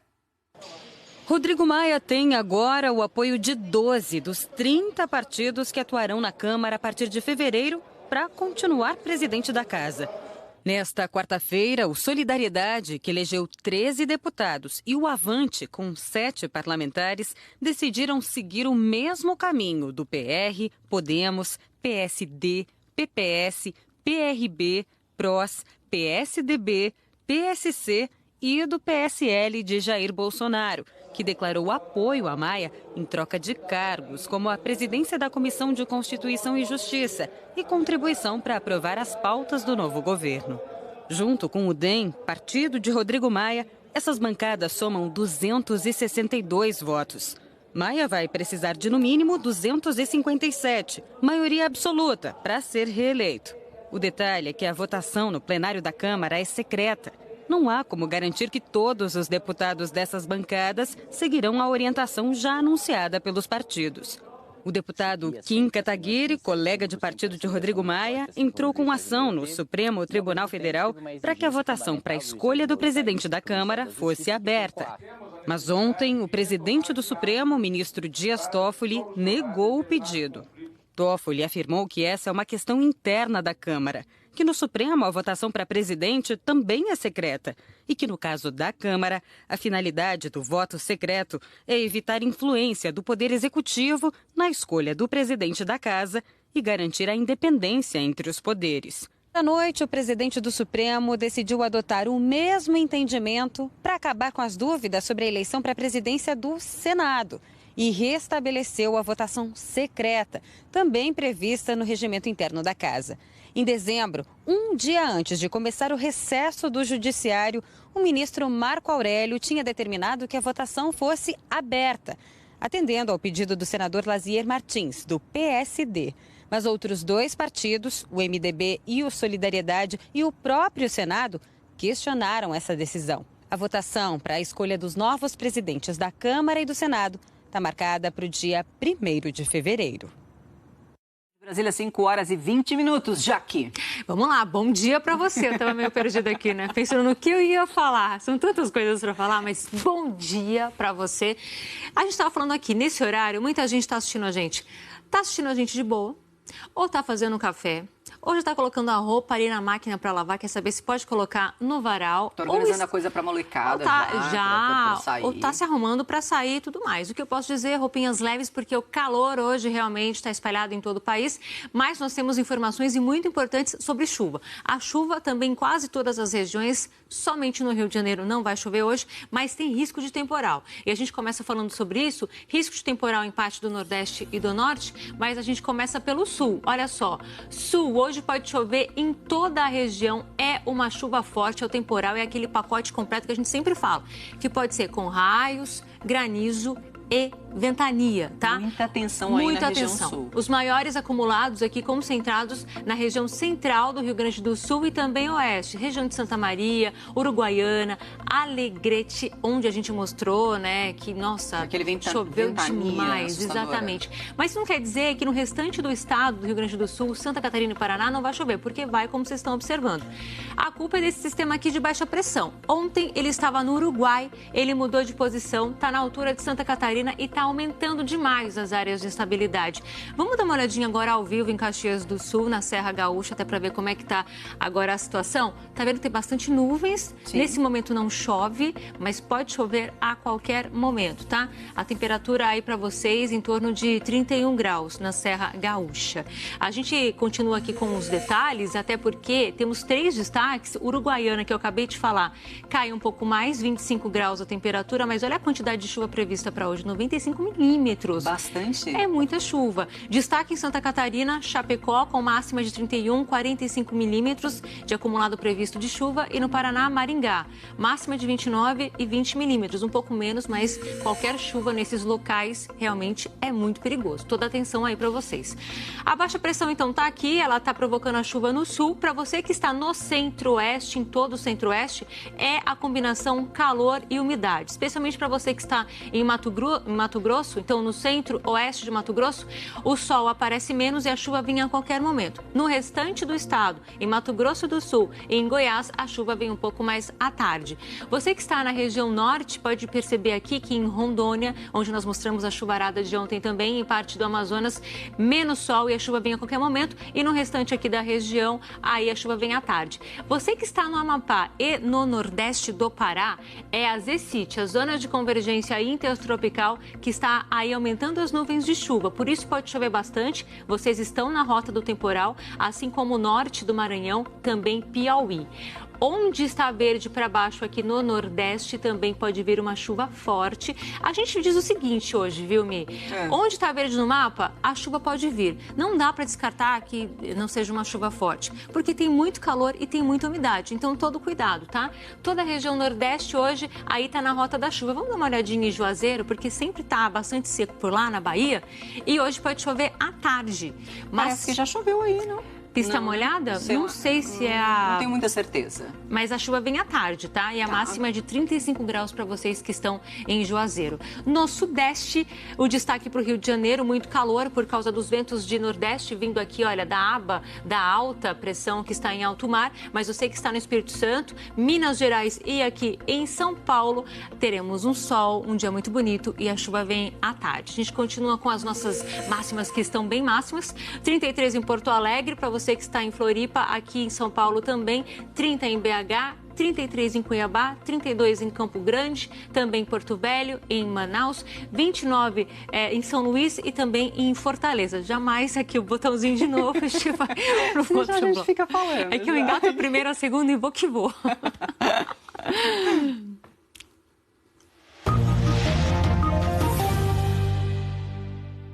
Agora a gente volta a falar das notícias internacionais. A Itália e a Polônia querem unir forças para construir uma nova Europa.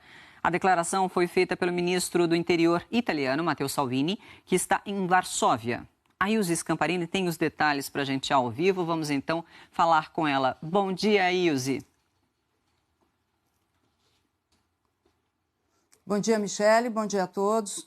O objetivo da Itália e da Polônia é conquistar mais aliados para a disputa das eleições de maio no Parlamento Europeu, que vão escolher os deputados para os próximos 5 anos. Matteo Salvini declarou que os dois países vão ser os protagonistas da nova primavera europeia, impulsionando uma reforma do bloco. Eles querem menos finanças e burocracia e mais trabalho e segurança. Salvini e o ministro do Interior polonês, Joachim Brudzinski, trataram também sobre a questão da imigração e anunciaram que planejam dificultar o processo de entrada de novos refugiados no bloco.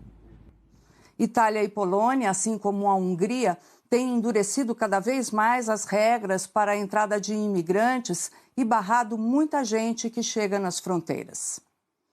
A Áustria está em alerta para novas avalanches. O acúmulo de neve em várias cidades já passa de 3 metros. As tempestades devem continuar até o começo da semana que vem. Várias estradas estão fechadas. Operadores da companhia ferroviária resgataram uma cabra que ficou coberta pela neve. No sul da Alemanha, nevascas também provocaram transtornos. Equipes enfrentam dificuldades para liberar as estradas. Longos congestionamentos se formaram na ligação entre Munique e Salzburg, na Áustria.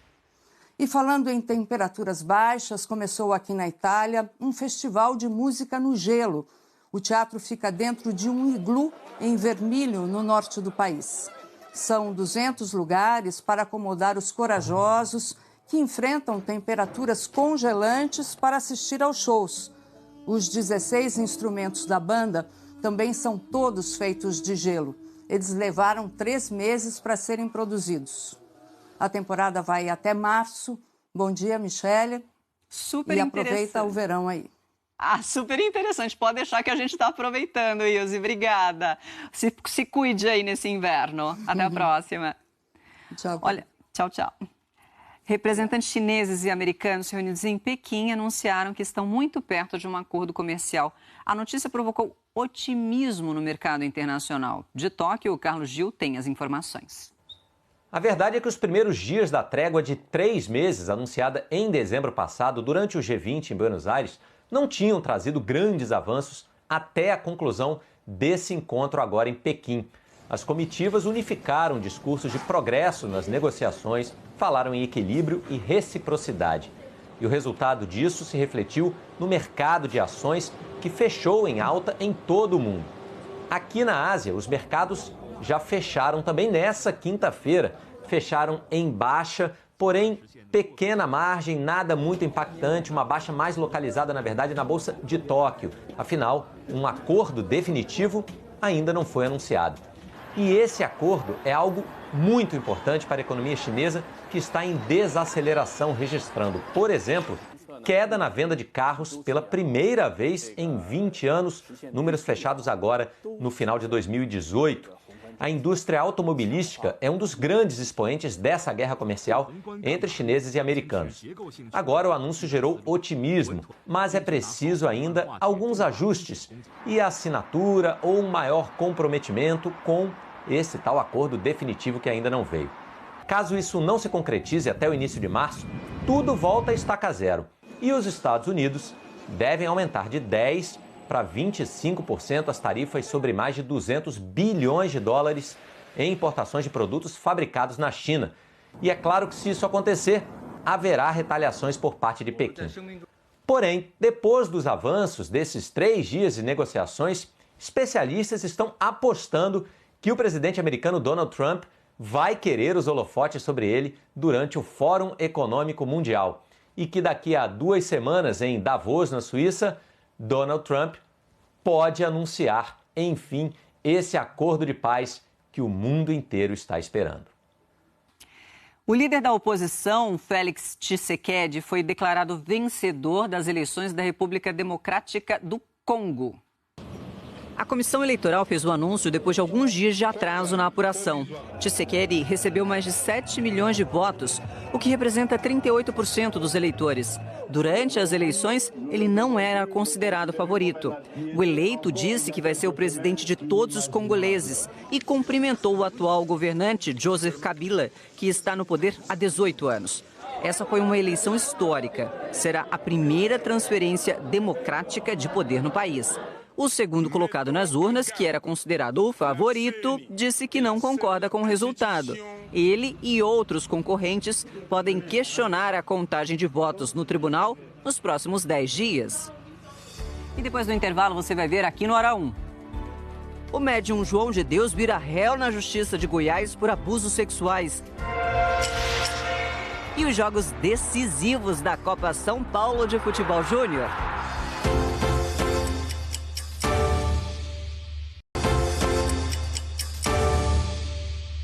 5h33 pelo horário de Brasília. Bom dia para você que está chegando agora, ligando a TV. A Polícia de Goiás deve concluir hoje o inquérito que apura a existência de armas de fogo em endereços de João de Deus. Nessa quarta-feira, a Justiça aceitou a denúncia feita pelo Ministério Público que acusa o médium de ter praticado abusos sexuais. A Polícia Civil foi até o complexo prisional em Aparecida de Goiânia para interrogar o médium. O depoimento durou 2 horas. Na saída, os investigadores não falaram com os jornalistas. Segundo os advogados que acompanharam o depoimento, João de Deus respondeu todas as perguntas. As delegadas queriam saber a origem das armas que foram apreendidas nos endereços do médium, se ele sabia atirar e com qual frequência ele usava o armamento. Segundo a defesa, João de Deus disse que não sabe atirar e contou que, na maioria dos casos, as armas eram de pessoas que sofriam de problemas psicológicos, que estavam pensando em tirar a própria vida. João de Deus convenceu estas pessoas a entregar as armas para ele. A Polícia Civil de Goiás pretende concluir o inquérito sobre a posse ilegal de armas até esta quinta-feira e encaminhar para o Ministério Público. Na esfera judicial, a juíza Rosângela Rodrigues dos Santos aceitou a denúncia feita pelo Ministério Público no dia 28 de dezembro. A partir de agora, João de Deus passa a ser réu por 2 tipos de crimes: violação sexual mediante fraude e estupro de vulnerável. A defesa de João de Deus declarou que a decisão é provisória e que está serena e confiante na justiça. Significa que o processo terá início. Agora, as vítimas serão ouvidas judicialmente, as testemunhas serão ouvidas judicialmente e também ele será interrogado pelo Poder Judiciário e o Ministério Público e a defesa. Agora é o momento do contraditório, é o momento em que a defesa também arrolará suas testemunhas e ele será ouvido pelo Poder Judiciário. A Justiça também bloqueou 50 milhões de reais em contas e imóveis do médium. O dinheiro será usado para a reparação por danos morais das vítimas, caso João de Deus seja condenado. No Ceará, 21 presos ligados a facções criminosas foram transferidos nesta quarta-feira para presídios federais. Uma tentativa de conter os ataques criminosos que já atingiram mais de 40 cidades do estado. No fim da tarde, bandidos obrigaram 2 funcionários da concessionária de energia a descer do carro em Fortaleza e incendiaram o veículo. A maioria dos ataques desta quarta-feira foi no interior do estado e na região metropolitana. Incêndios criminosos atingiram um galpão de reciclagem de lixo em Eusébio, uma fábrica de beneficiamento de castanha de caju em Aquiraz e uma sala do Centro de Assistência Social em Maracanaú. Em Itatira, no Sertão, um grupo incendiou um caminhão de lixo. E no norte do estado, em Morrinhos, o fogo atingiu parte de um prédio onde funciona uma rádio. Já são 42 municípios cearenses atingidos pelos ataques que começaram há uma semana. O governo do Ceará já transferiu para presídios federais 21 detentos que tinham ligações com facções criminosas. Para o governo, os ataques foram comandados de dentro da prisão. Uma reação às declarações do secretário Luiz Mauro Albuquerque, que assumiu a administração penitenciária, prometendo impedir a entrada e o uso de celulares nas penitenciárias e o endurecimento contra facções criminosas. Infelizmente, a polícia prende o bandido e ele vai para dentro do presídio e ele comanda o tráfico, comanda o crime lá de dentro. E o que nós estamos fazendo é cumprindo a lei dentro dos presídios, a ordem, a disciplina, tirando comunicação, porque nós vamos endurecer cada vez mais dentro do sistema e fora do sistema. Um novo ataque a ônibus foi registrado na noite desta quarta-feira em Fortaleza. Segundo a polícia, 2 suspeitos chegaram numa moto e obrigaram o cobrador e o motorista a descer do veículo.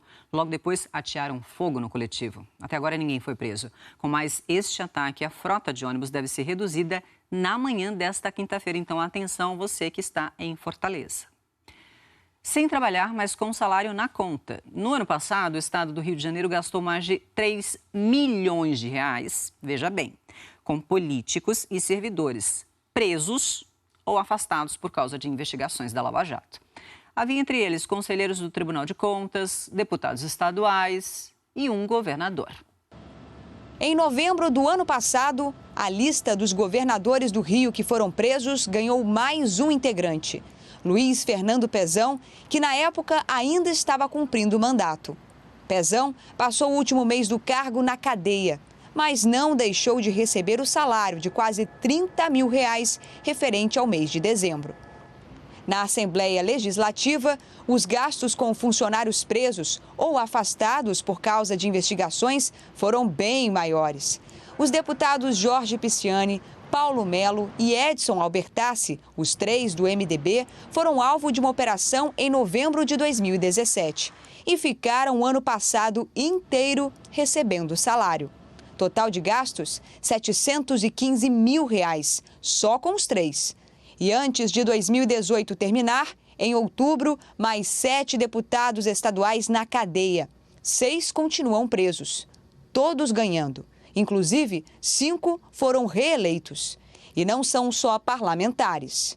Na lista também estão 5 conselheiros do Tribunal de Contas do Estado. No ano passado, o TCE gastou quase 2 milhões de reais com salários e indenizações para estes conselheiros.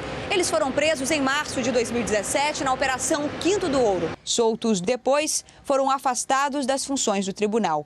E mesmo sem trabalhar em 2018, todos eles receberam. Não é possível que alguém que não trabalha, que não presta um serviço público, receba por algo que não fez. Então, sem dúvida alguma, não é só um ato de imoralidade, é um ato atentatório à dignidade do Estado. Ao todo, o contribuinte do Estado do Rio pagou R$ 3.176.000 para investigados na Lava Jato que não trabalharam. seja por estarem presos ou afastados em 2018. Legal é, porque existe uma previsão constitucional que assegura o direito à ampla defesa e, em decorrência disso, só quando uma sentença transita em julgado, ou seja, se torna definitiva, é que realmente ele é considerado culpado. Tem uma questão jurídica aí no meio, mas tem a questão também da moralidade, ainda mais no estado como o Rio de Janeiro, que anda mal das pernas em termos orçamentários. Pois bem, os parlamentares e servidores citados na reportagem negam envolvimento com atividades ilícitas. O Tribunal de Contas do Estado do Rio de Janeiro diz que os conselheiros afastados recebem salário porque a decisão da Justiça não prevê o contrário. Já a Assembleia Legislativa afirmou que a situação dos deputados não está prevista nem no regimento interno, nem na Constituição Estadual. Como se trata de afastamento judicial, sem conclusão do processo, eles não perderam os mandatos. Nossa produção não conseguiu contato com o Ministério Público Estadual e nem com o governo do Rio de Janeiro. A sonegação de impostos com cigarros contrabandeados superou a arrecadação no ano passado. O levantamento é da Receita Federal. Com uma câmera escondida, saímos em busca de cigarro contrabandeado. É fácil encontrar, até em barracas na Feira Livre de Campo Grande. Quanto está saindo o pacote de cigarro? 20? E também em lojas do centro da cidade. Aqui você vende cigarro? Aqui é do Paraguai? É. Quanto está saindo? É R$3 a carteira.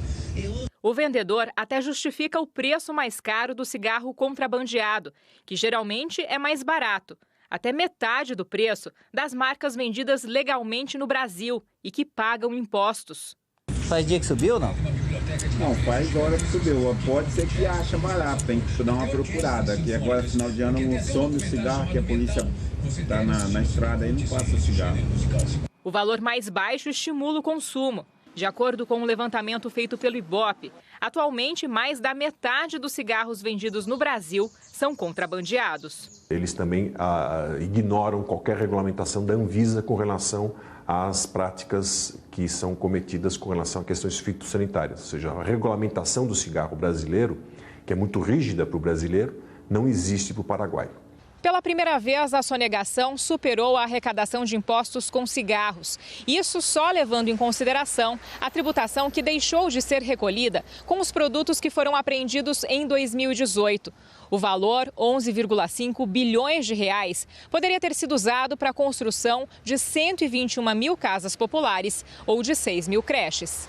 A maioria das quadrilhas usa uma espécie de rota do contrabando entre Paraguai e Brasil. São tantas pessoas envolvidas, né, nessas quadrilhas de contrabando de cigarro que chegam cidades a ser pontos de apoio mesmo para o contrabando, onde essas carretas são recebidas, elas são carregadas e também levadas, distribuídas ao longo de todo o país, aí, através das rodovias federais, principalmente aqui no Mato Grosso do Sul. Em 2018, só em Mato Grosso do Sul foram apreendidos quase 74 milhões de maços. 33% a mais do que em 2017. Mas mesmo com a fiscalização, a estrutura na fronteira é pequena.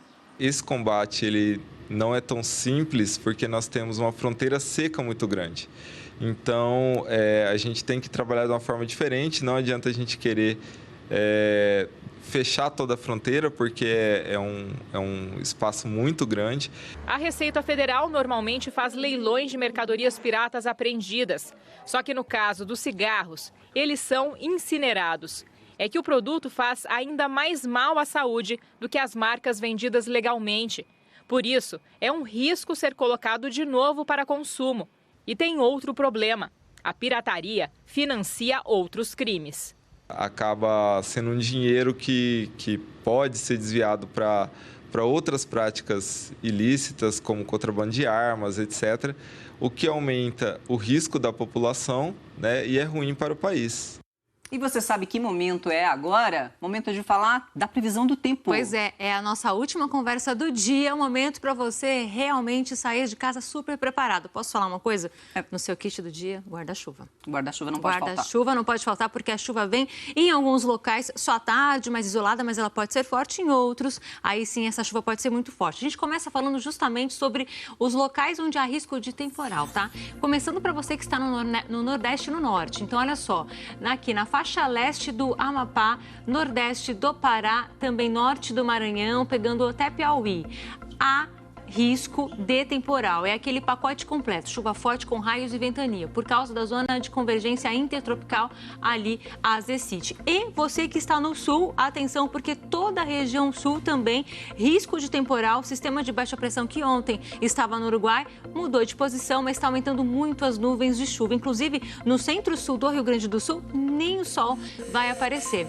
O que acontece com essa chuva toda, Mi, que vai acontecendo ao longo dos últimos dias? O solo está bem encharcado. Então, qualquer chuva caindo nesse solo que já está encharcado e pesado, ele vai aqui desprender, soltando, vai descendo e aí tem o deslizamento. É por isso que tem risco de deslizamento, especialmente para você que está no centro-sul do Rio Grande do Sul. Qualquer chuva realmente é muito perigoso. Tem um show do Departamento de Arte. E, nossa, realmente, parabéns para o nosso Departamento de Arte e o nosso meteorologista César Soares. Falamos já aqui da região sul, vamos então para o centro-oeste, porque em boa parte do Mato Grosso, a chuva vem ao longo do dia mais cedo, tá? Mato Grosso do Sul e Goiás vem mais à tarde. Falando em Goiás, vamos para mais uma câmera nova hoje, estreando Anápolis. Olha que visão. Vamos dar um oi para você que está em Anápolis. Olha só que iluminação, tudo muito escuro, daqui a pouco o sol vai aparecer, vai fazer calor e aí à tarde pode chover, tá?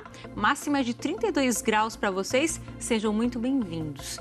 No Nordeste, a chuva está espalhada em todo o Nordeste, dá para perceber isso, né? Verdão dominando. Verdão dominando. A zona de convergência intertropical, além de provocar chuva para você que está no Maranhão, Piauí, Ceará, essas nuvens elas acabam chegando também no interior, né? No sertão, o que é uma boa notícia desde que essa chuva caia no lugar certo. Então, em todo o Nordeste, a chuva pode vir. Onde está verde mais claro, especialmente na faixa leste, do Rio Grande do Norte até a Bahia, essa chuva vem mais à tarde e é uma chuva um pouco mais fraca, tá?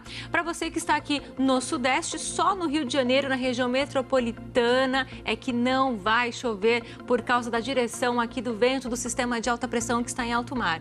Mas você que está aqui em São Paulo, teremos aquele dia de muito sol, muito calor e a chuva vem à tarde. Atenção, porque no interior de São Paulo já choveu agora mais cedo, tá? Região de Bauru e Botucatu. Mas vai passar essa chuva, o sol vai aparecer e chove à tarde de novo. Você que está em Minas Gerais, estava na rota do sol e agora está na rota da chuva. Vamos para BH? Dar um oi pro pessoal? BH? Mais uma vez, um amanhecer bonitão, né? Eu acho tão bonito esse céu, assim, mais escurinho e aos poucos já clareando. Olha, 30 graus a máxima para você que está aí em BH, 30 graus e aos poucos a temperatura vai subindo aí. De manhã já meio abafado. E Vitória, será que tem um amanhecer bonitão também? Será? Uma olhadinha? Vitória, temos Vitória?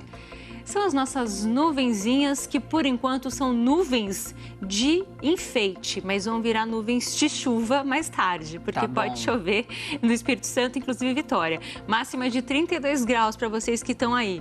Bom dia.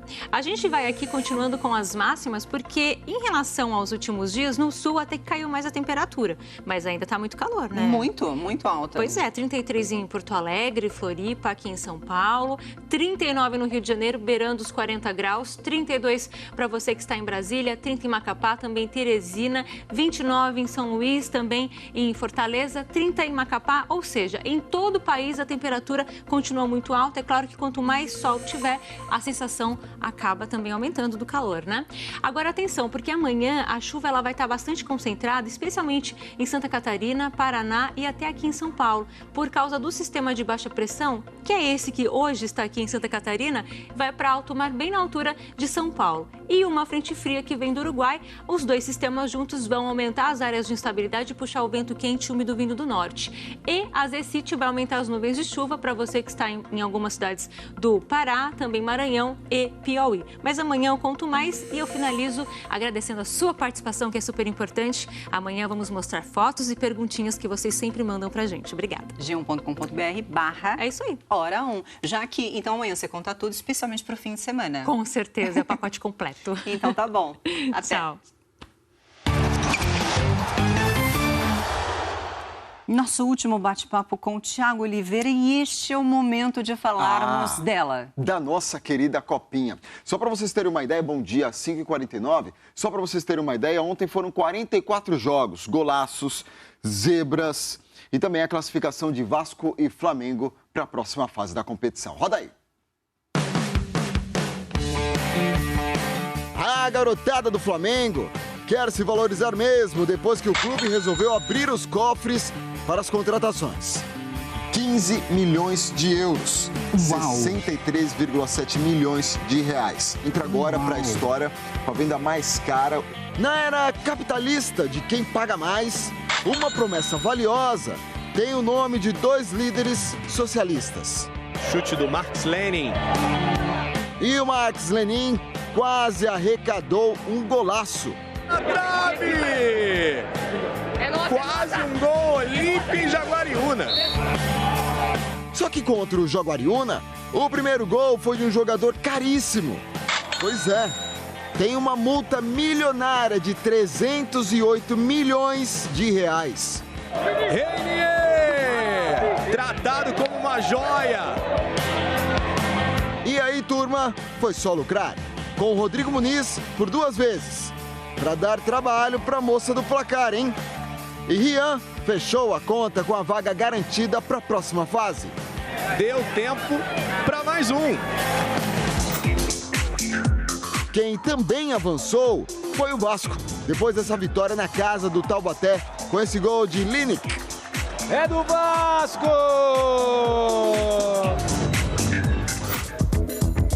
Já o classificado Internacional também enfrentou um dos anfitriões dessa copinha. E o votoporanguense saiu na frente nesse pênalti, cobrado por Wallace. De cabeça, Heitor empatou a partida. E o Wesley fez o gol da virada. O terceiro do Colorado foi de Leandro Córdova, nesse golaço. No segundo tempo, goleada depois dessa tabelinha para Lucas Ramos. Ensaiado? Não sei. Enquanto São Paulo apresenta reforços lá nos Estados Unidos com o Hernanes na montanha-russa da Disney, a molecada da base também se diverte na copinha assim, ó. Golaço! Fabinho, 11, a camisa dele. Palmas pra você, Fabinho. Mas o zagueiro Tuta, meus amigos, ele foi brincar quando não devia. E aí... Olha o que fez o Tuta. Tentou chapelar o Felipe Estrela. Não se chapela um artilheiro assim, Tuta. Para entrar no relatório da nossa equipe da Escolinha de Futebol do Hora 1. Do professor Thiago. Do Hora 1. Não, professor jamais. Sou reserva do Gandula no futebol.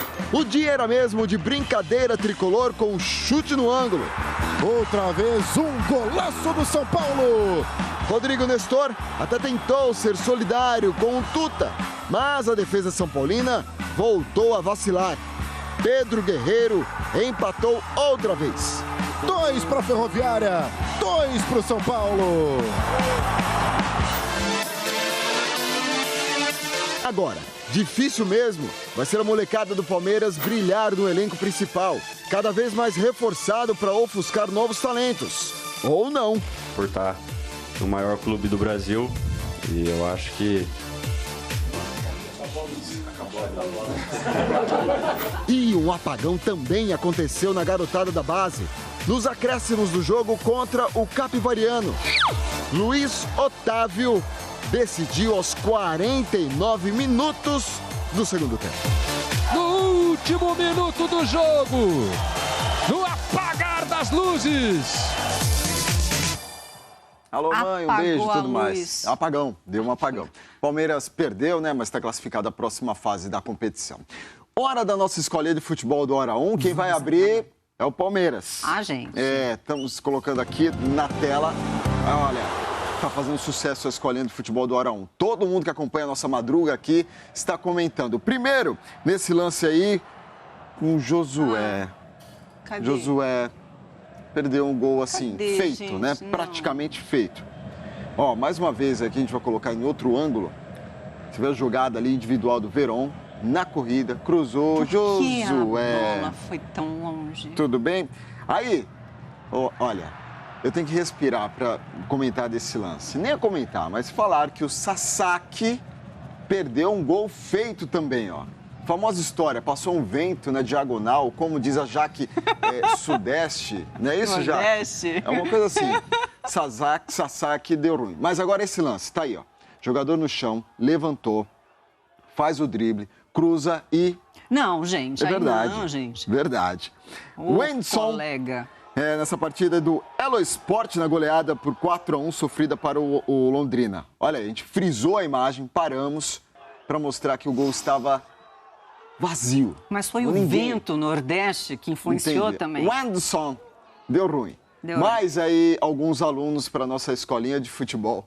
Daqui a pouco eu tenho que chamar a Jaqueline Brasil para participar também dessa Para falar que vento é esse, né? Ô, Jaque Brasil, ela está ali do outro lado do estúdio 74 da Globo. Por favor, depois você explica pra gente, tá? Mas só amanhã, senão eu vou estourar o tempo aqui. Pelo amor de Deus. Vamos aqui, ó, fechando a terceira rodada da nossa copinha. Porque aí a gente começa sim, né, a fase mata-mata dos próximos dias. Então teremos aí Oeste enfrentando o Grêmio, Audax enfrenta o Fluminense, União Mogi pega o Santos e Água Santa joga contra o Atlético Mineiro, valendo as últimas vagas para a próxima fase da nossa querida copinha.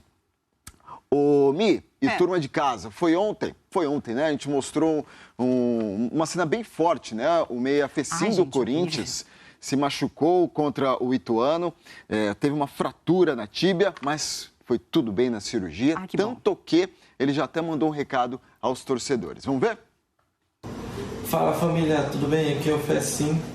Tô passando aqui para avisar que a cirurgia deu tudo certo e vim aqui agradecer o apoio de vocês, rapaziada, na rede social.